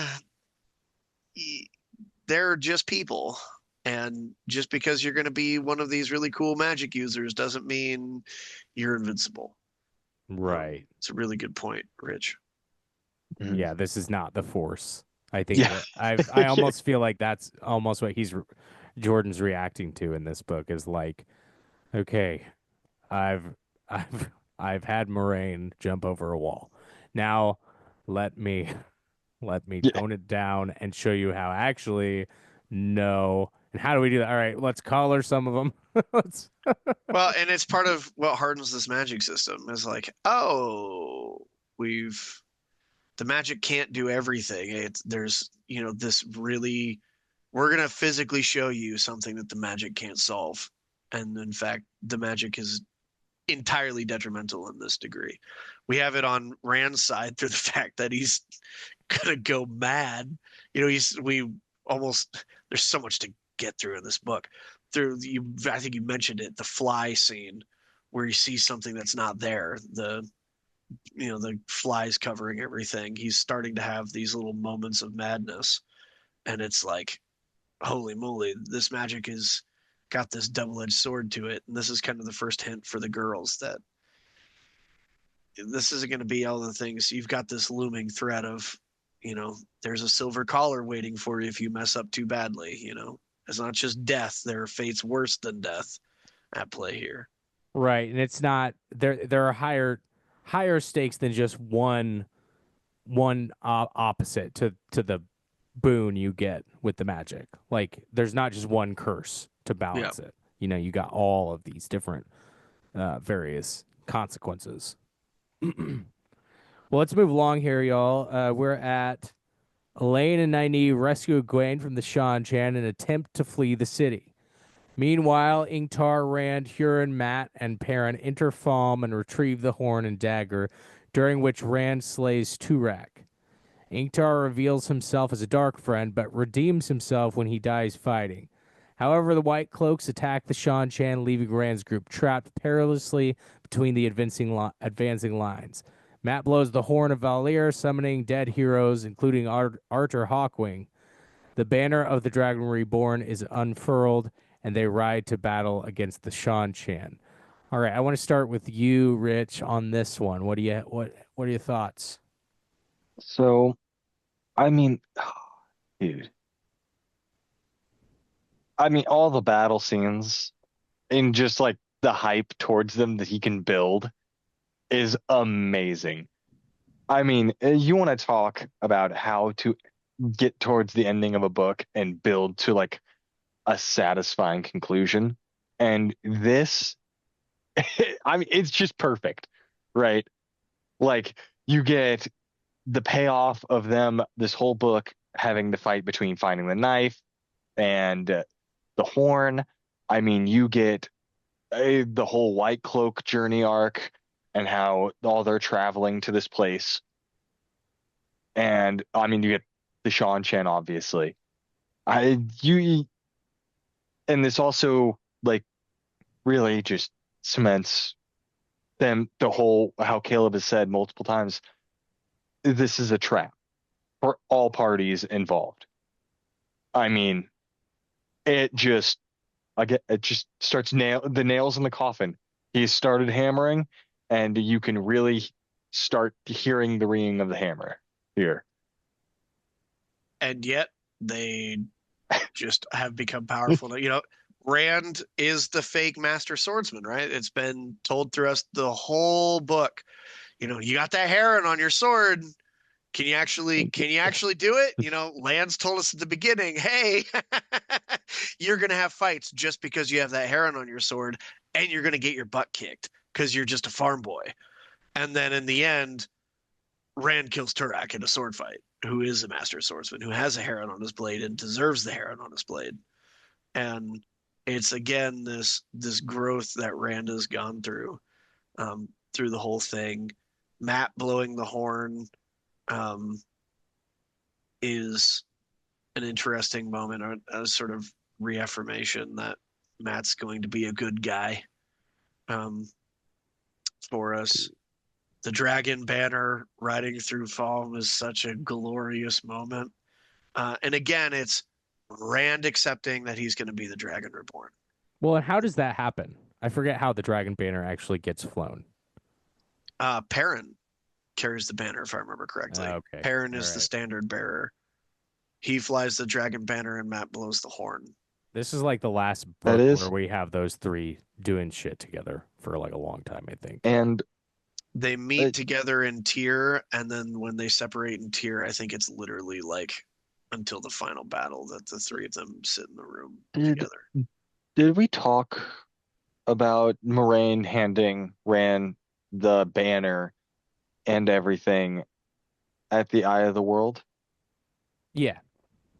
We did? Yeah, I don't know if we... Well, that was in book one. Yeah. Because they're back in Faldara by the end of book one. Or the end of... Yeah, by the end of book one.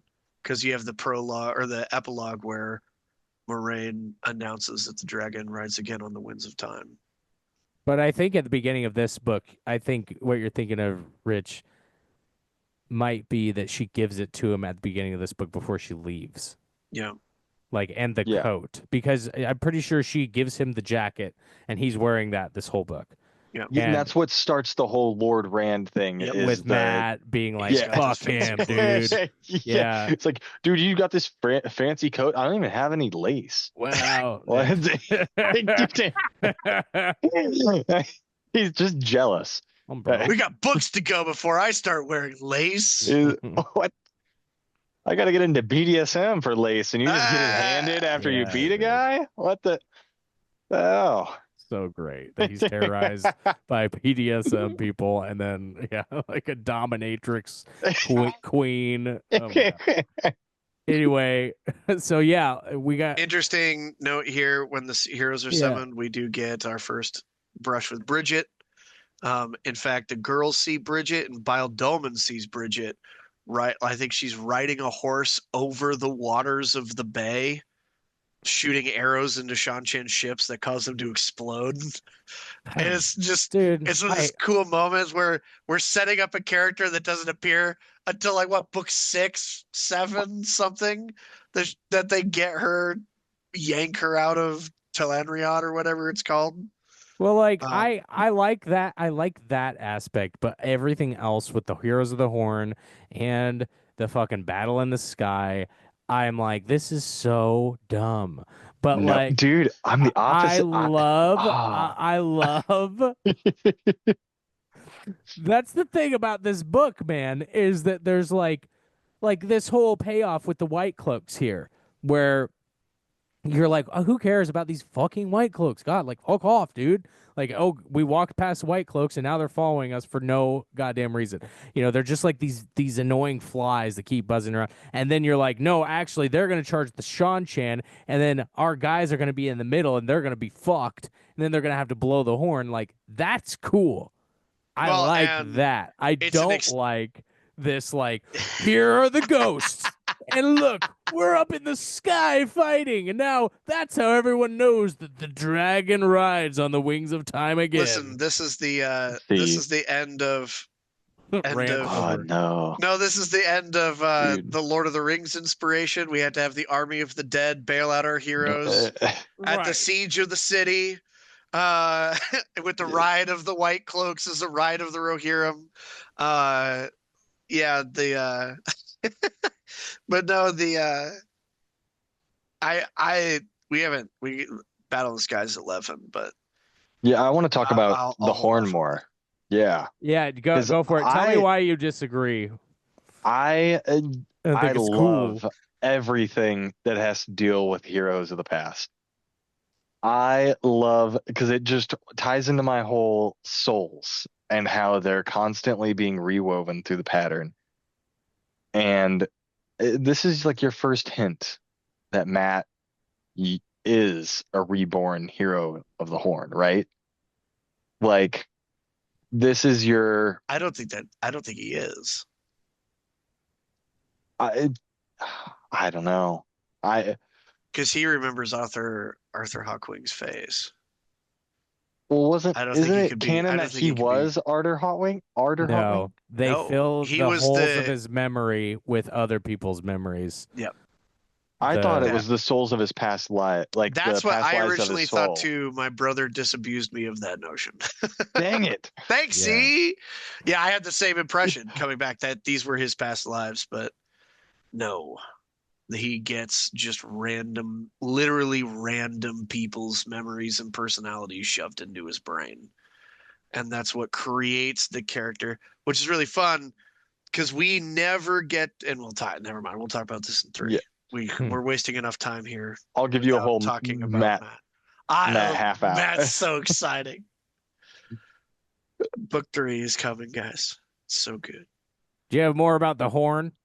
I love the heroes coming back to save them. Like just moments like that.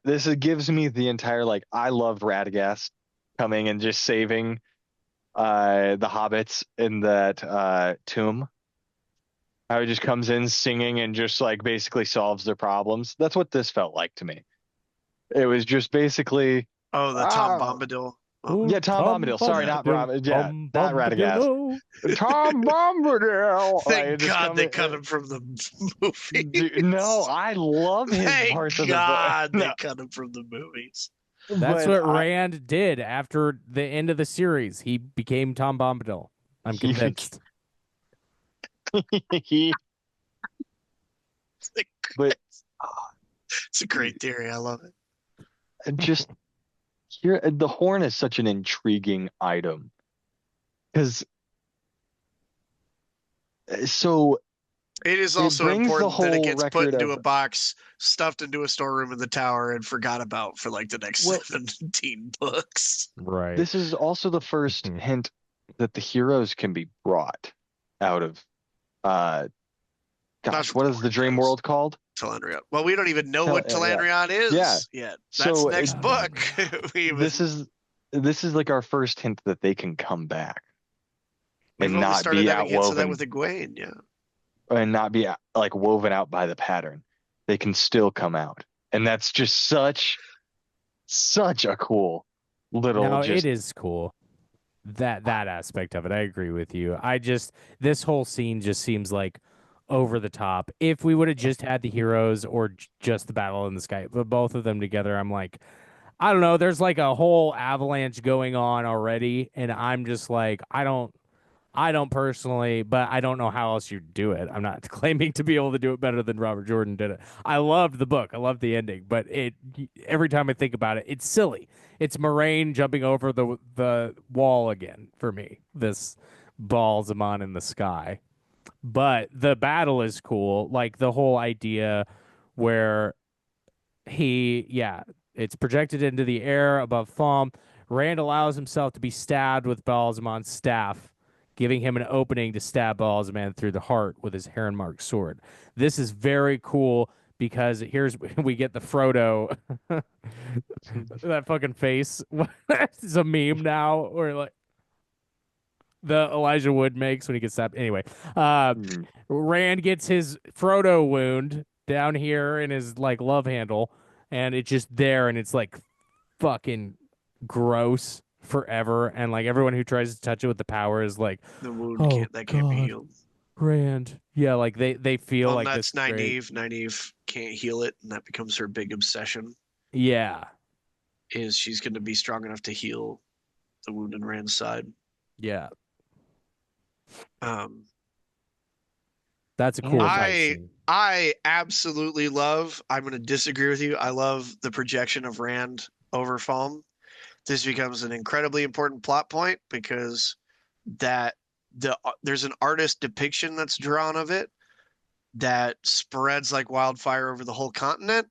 That and because I believe a battle in the sky is mentioned in the prophecies, this is the first like bell ring through the world that hey, the dragon's here, you know. And not only that, we have the conclusion of Rand killing Balzamon with um I forgot the name of the sword move now. Sheathing the blade.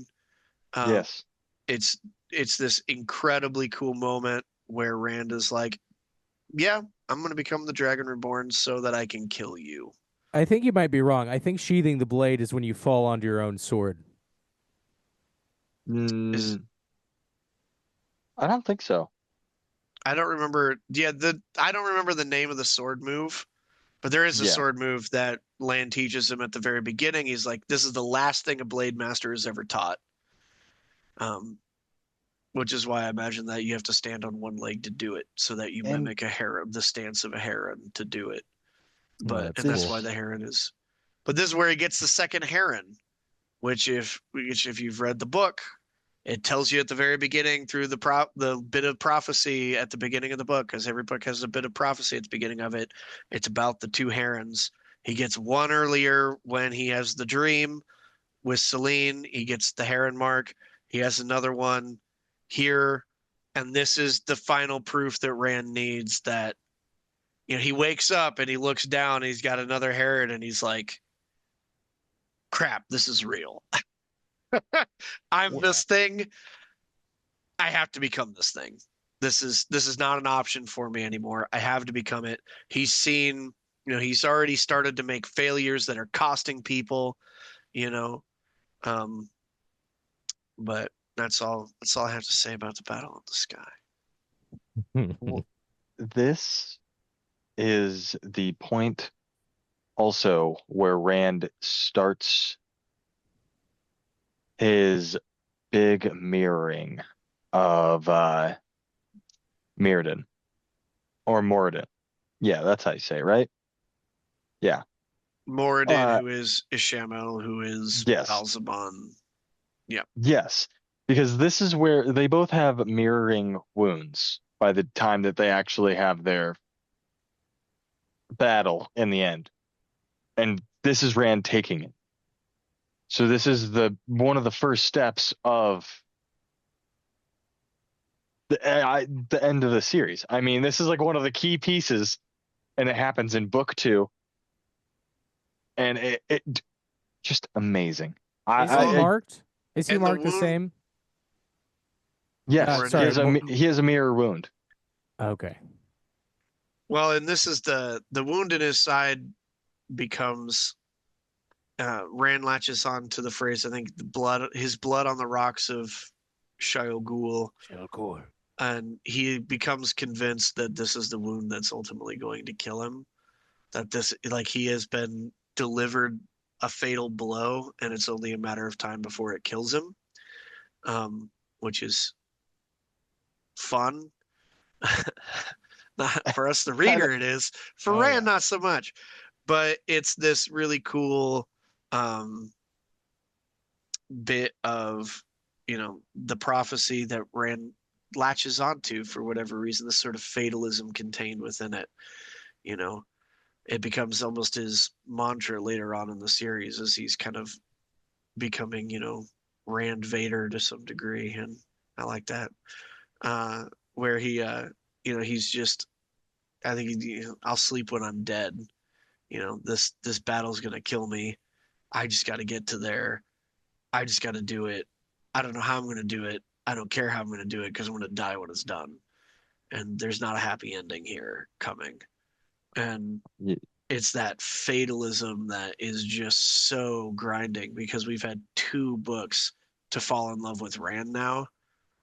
And man, this fatalism hurts to read as we go on in the story.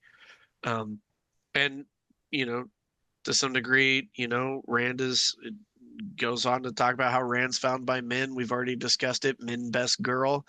And we see her suffering because of this. She's the one that's closest to Rand through all this time. His worst, darkest moments, she's right there, trying to get him through it. And we see her suffering, you know, just watching him Well, suffer to some degree. It's such an important um, an important moment. This wound in and Rand's side as this physical representation of this terrible, awful side of the prophecy that he's forever going to have to live with. and it's so sad because especially if you look in the first book, I mean, he is the group's like positive influence. He's always there, like, guys, we can do this. Come on, we just have to get to this next thing and to this next, and then eventually he like slows, and eventually is like, I'm dying anyways. What does it matter? I'm a dead man walking. And it turns into everybody else trying to keep him going and pushing him on to not just be this a dead man walking, Yeah, basically, where my fate is sealed and locked. I'll die anyways. It yeah, doesn't matter as long as I get there. In yeah, comparison to, we'll get through this fine. No, it's fine. Everything. yeah, yeah. It is. It's raw. It's a lot. It's part of why this book series is so good is watching Rand struggle. We talked about it in book 1. The prophesied hero is to some degree also the prophesied villain, and we take that whole first book telling you don't want to be the prophesied hero. And this book is Rand struggling with, I don't want to be the prophesied hero. I don't. I'm not it. It's not real. It's like him in denial the whole book until he gets that, faces Balsamon in the sky and gets that second heron. He can deny it. He can tell Yeah, himself it's not real.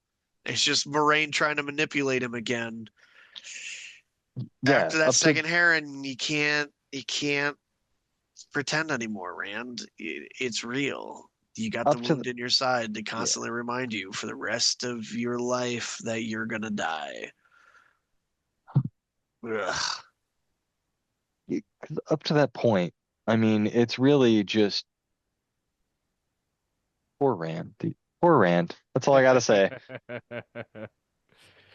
Well, yeah, he's struggling with Sidene. Like it's not a great fun thing for him. Like when he channels while he's like shooting the arrow at the Shanshan beast, which is I think it has like 3 eyes or something.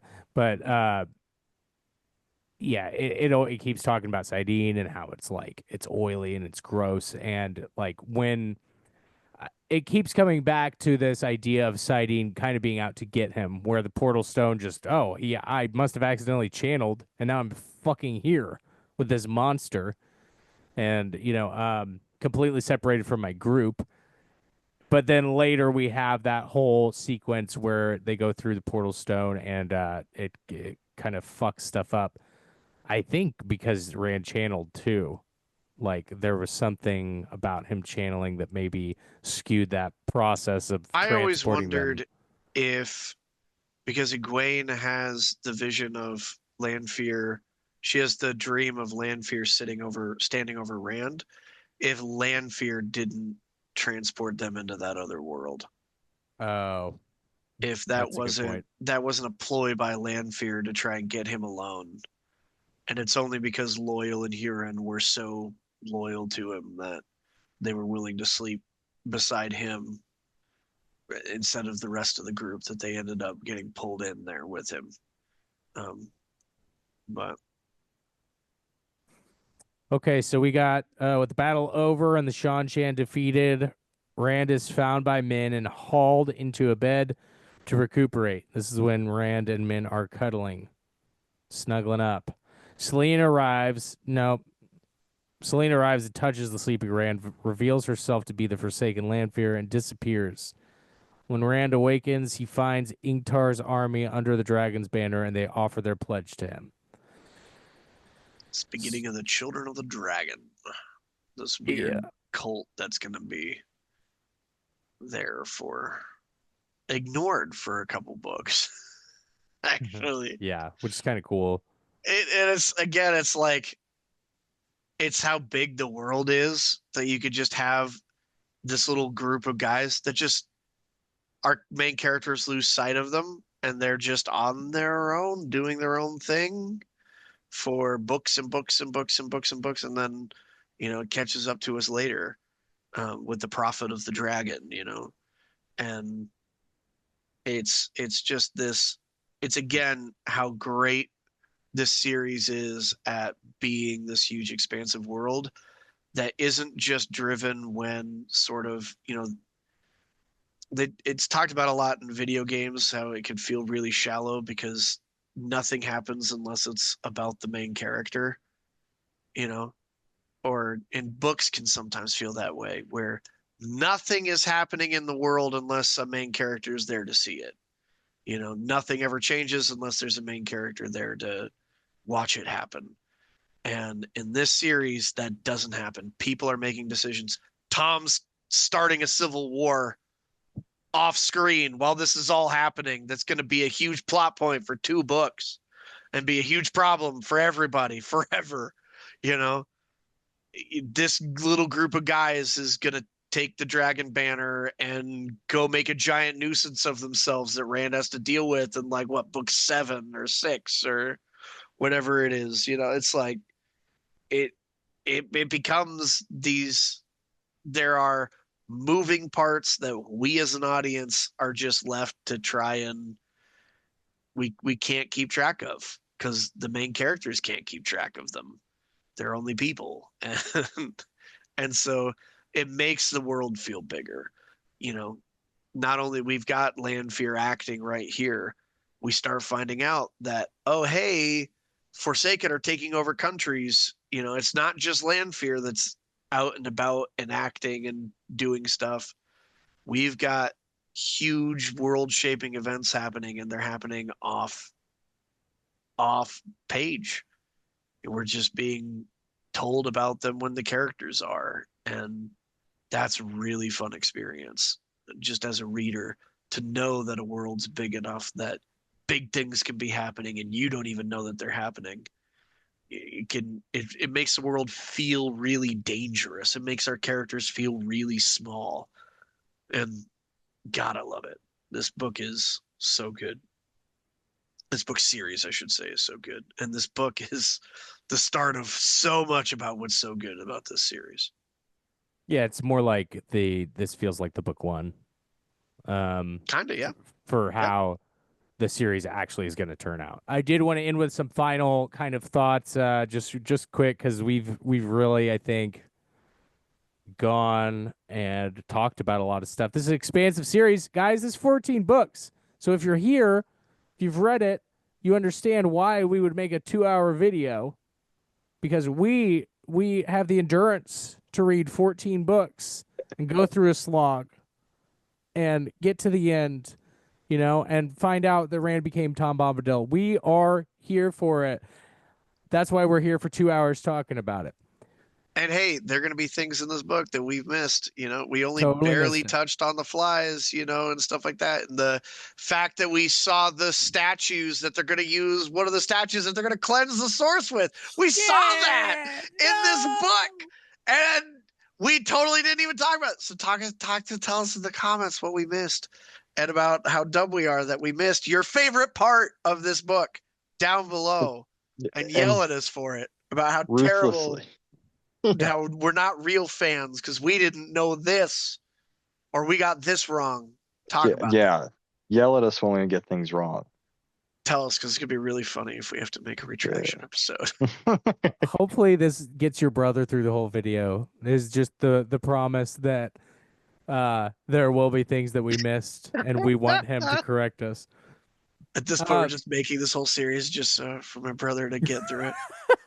Sorry, we're making changes. Just watch our stuff. Just watch our Yeah. stuff. So I do want to go over just really quick favorite part of the book because there's a lot of different things. But yeah, favorite thing that happened for you, Rich. I'll start with you. Oh gosh. I mean, it has to be one of Rand's two duels at the end. I mean, seeing him just become this master swordsman and kind of deserve and almost earn his blade finally that his father has handed down to him in more ways than one. I mean, just amazing. I mean, each of those, you just can't look away from the pages as you read it. It just oh, I could go on forever about it, but just those two duels are amazing, and just it starts to set you up to love Rand even more and see him grow from this like adolescent, like almost teenage kid into this man that will accept his responsibilities is awesome. I love it. Caleb? Rand's arc is probably the best part of this book. And yeah, the payoff there is so big. I mean, I'm trying to think through like other things I could say just to mention them, as because Rich has kind of already picked Rand as sort of the payoff there. I maybe Min and her arc, but it's not as good as Rand's. I mean, Rand is just he's the main character of the book, and we get a lot of time with him now, but they're going to be entire books where he's a background character. We really need to care about this Dragon Reborn guy, and this is where we get that. And man, I mean, maybe the introduction of Varen as a character because of just how much I love Varen Sedai. Or them breaking out from the Shanshan, Nynaeve and True, yeah. like I mean that's a another good example of again moving parts. It's not your traditional fantasy where the prince has to go save the princess from the tower. There are other characters that can go do this, the same thing kind of happens in book 3 to some degree. The princesses can kind of save themselves. They don't necessarily need the princes to come bail them out. We could talk about, Perrin as a character through this book as almost this passive observer, kind of quietly watching everybody else go through their arcs. And he's got his own little issues going in the background, but as very much a point of view character that's not a main character in this book. It's a really fun point of view to experience just from a reader's perspective. I mean, imagine a story about King Arthur that we never see a King Arthur point of view. We're only ever watching King Arthur do things. It's a weird character. He does become obviously later on. He's got tons of stuff to do, but in this book, not so much. But he's a point of view character, so it's a lot of fun. I setting up the White Cloaks and the many conflicts with the White Cloaks and sort of the tragedy that is sort of how the the white cloaks are being used by Patton Fane and their own willingness to chase these lies. That could be in and of itself, just as again, we're talking about a series that's going to become all about political intrigue and the tragic failings of not just people, but countries and organizations and cultures and how they can just go horribly wrong. The Shanshan being the perfect evil people. We'll hate them forever because of what they did to Egwene in this book. Yeah. There's just so much to talk about here, but Rand is the best. I'm sorry. Yeah, I know. I definitely agree. That's my favorite part of the book is, I mean, it's also the going through the arches, but all of those different scenes with the flies where, he kind of stumbles into this weird part of the pattern where, there's a murderer that's crucified, I think, like on a house. At Padden least, Fane does that, yeah. yeah, it's nailed to a post. And, that's when he goes in and it flicker, flicker, flicker, flicker, flicker in the audiobook. The guy does it really fast. But and so he's seeing all these different, and it happens multiple times throughout this book where we're seeing multiple realities, and that kind of idea for the last battle is set up here. And that's why the ending of the series is so great. Is because it ends with that element. And like, okay, we have these different potentials, and like where's the medium, because even when we have Rand's perfect reality, all of the girls are like, hey, they're like the Stepford wives or whatever, like, Yeah, yeah. where The they, Coraline stepmothers. It's just like creepy. we They just love it here. Oh, thanks, Rand, for saving us. You have five wives in this reality, but yeah, I really like that stuff because the way it's written is really immersively psychedelic, and like gives me that kind of high feeling that I really seek when I'm coming to fantasy, because I want my mind to feel a little like fucked up. I want to escape, but have an experience. So it's cool that Robert Jordan managed to do that with this whole series. But that's one of the places where I feel like it's done well. And yeah, it doesn't seem like, people in the sky. yeah.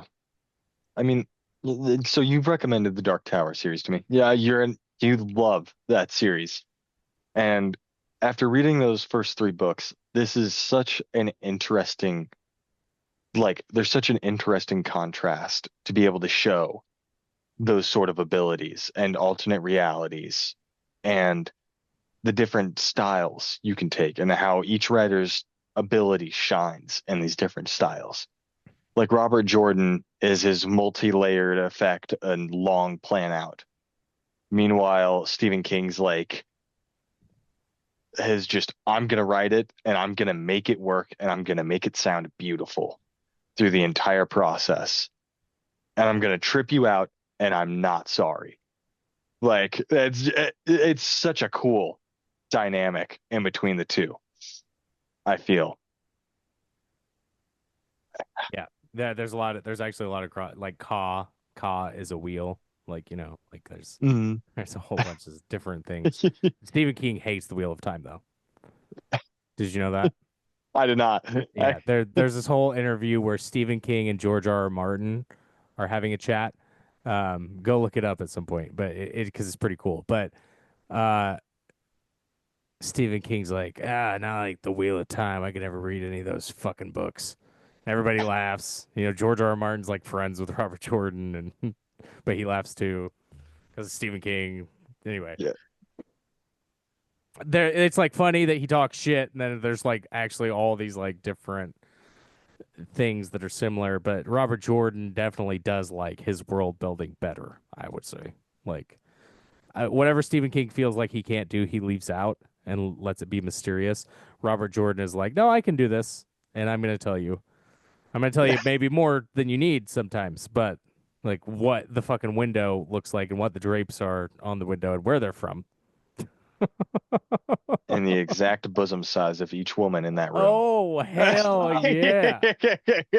Hell Yeah. yeah. They're all hot. All women are hot, except the They're really all ugly wearing ones. baggy dresses until they get to a certain point in the book where he's like, "Oh, they're all wearing sexy dresses now." Oh yeah, dude. Bear Lane is so hot. He's just he switches it up completely. I'm Ah, kidding. I'm Well, kidding. and then the another again, just to compliment the author. The other thing that I feel like is important to mention, he doesn't just tell you what things look like. He can also like I can kind of feel what it's like to touch Sidon with the Dark One's taint on it, you know? Yeah. That oil on that nasty oil on top of sweet, clear drinking water, as he describes it, it's like there's almost a tangible feeling to it. The idea of is it Sidar with Sidar, I think, where it's like this the opening of the flower into this rush of like euphoric bliss, but then the euphoric bliss turns sharp at the edges when you're doing too much of it and starts to like hurt and burn. It's like, uh-oh. It there's like a tangible feeling to it that is conveyed in how it's written. And again, you know, we mentioned the flicker, you know, this how much of reality can we trust? It starts getting really trippy here for a while with where we're getting introduced to like Telenriad. It's like, I'm dreaming, or am I? You know, how dangerous is, you know, every waking and unwaking moment of my life? And how much do all of these things matter? And what can I trust or not trust? And this sort of paranoia in the back of our mind that was instilled with book one with other people. Now it's with reality. Reality is we have to be paranoid about what we're seeing because are there flies everywhere? We don't know. Right. Yeah. Well, guys, I this has been an absolute blast. I so look forward to doing these. Like, that's why I'm like, yeah, we're gonna talk for 2.5 hours because this is for me, baby. You know, like I feel like I'm getting to go through the book again and read it all, experience all that shit again, but like with friends. So it's really cool to have you guys on doing this. And Oh, real quick, I've said that I think this is 10 out of 10 for Wheel of Time. What do you guys rate it? yeah. dude. In the scale of Wheel of Time, not all books forever, you know, in the scale of Wheel of Time, what is book two? Because I think I Like, gave book one a 9. I don't remember if you guys remember what you gave book one. are we ranking? Like, if we were to like rank this out of 1 through 14, You I or fucked don't know if us. just I couldn't You do like, that. It's fucked been so us. long since I've read the yeah, end I'm of the like that has series. to Yeah, I be don't think I could like do that. the end of the series. We do that, but I think it's a 10. I mean, you're spot on. I it's amazing. It starts to lead into so many deep things that'll keep reoccurring, and just all of the plot that's self-contained in this book that he ends up fulfilling. It's masterful, amazing. Wheel of Time at its best. Okay, so fortune pricked me and stabbed me in the dick hole, you know? Like I memory of light is like top tier, I think. And so I've got like probably that one just because it's the end. It's so good too. So we got that, and then I'm probably right below that is Shadow Rising, and then it's like I really like The Gathering Storm and Fires of Heaven. Those are probably tied, and then probably this one. So Better than book one? Would you This say this book, book two better than book one for absolutely. you? Yes. Yeah. So yeah, so good. And I this is what I hate about this is because I don't remember what I ranked book one as, but I would say that this gets an 8.5. And the only reason for that is because I know that I like other books more than this one. But it is definitely, it's like this is where we know what the Wheel of Time is. Yep. Like Yep. you guys said, this is the establishing book of the series. And book one is like you can forget most of the shit except like prologue and like you can't. Yeah, that's a hot take. But yeah.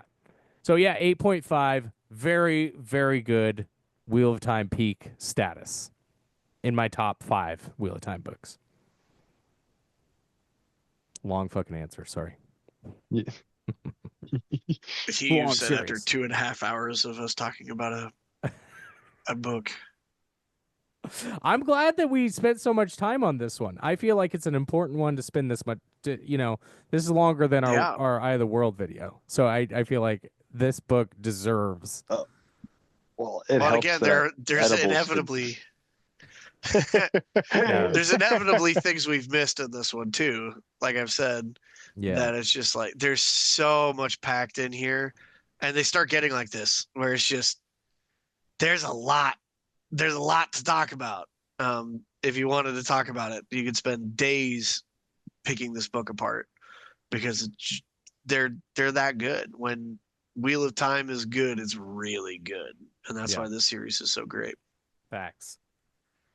Well, guys, I can't wait to come back and do the Dragon Reborn with you.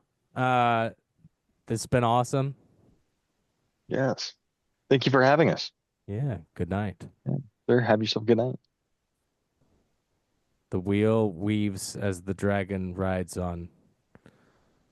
Yeah. Time. It. Okay, bye. Fuck yeah.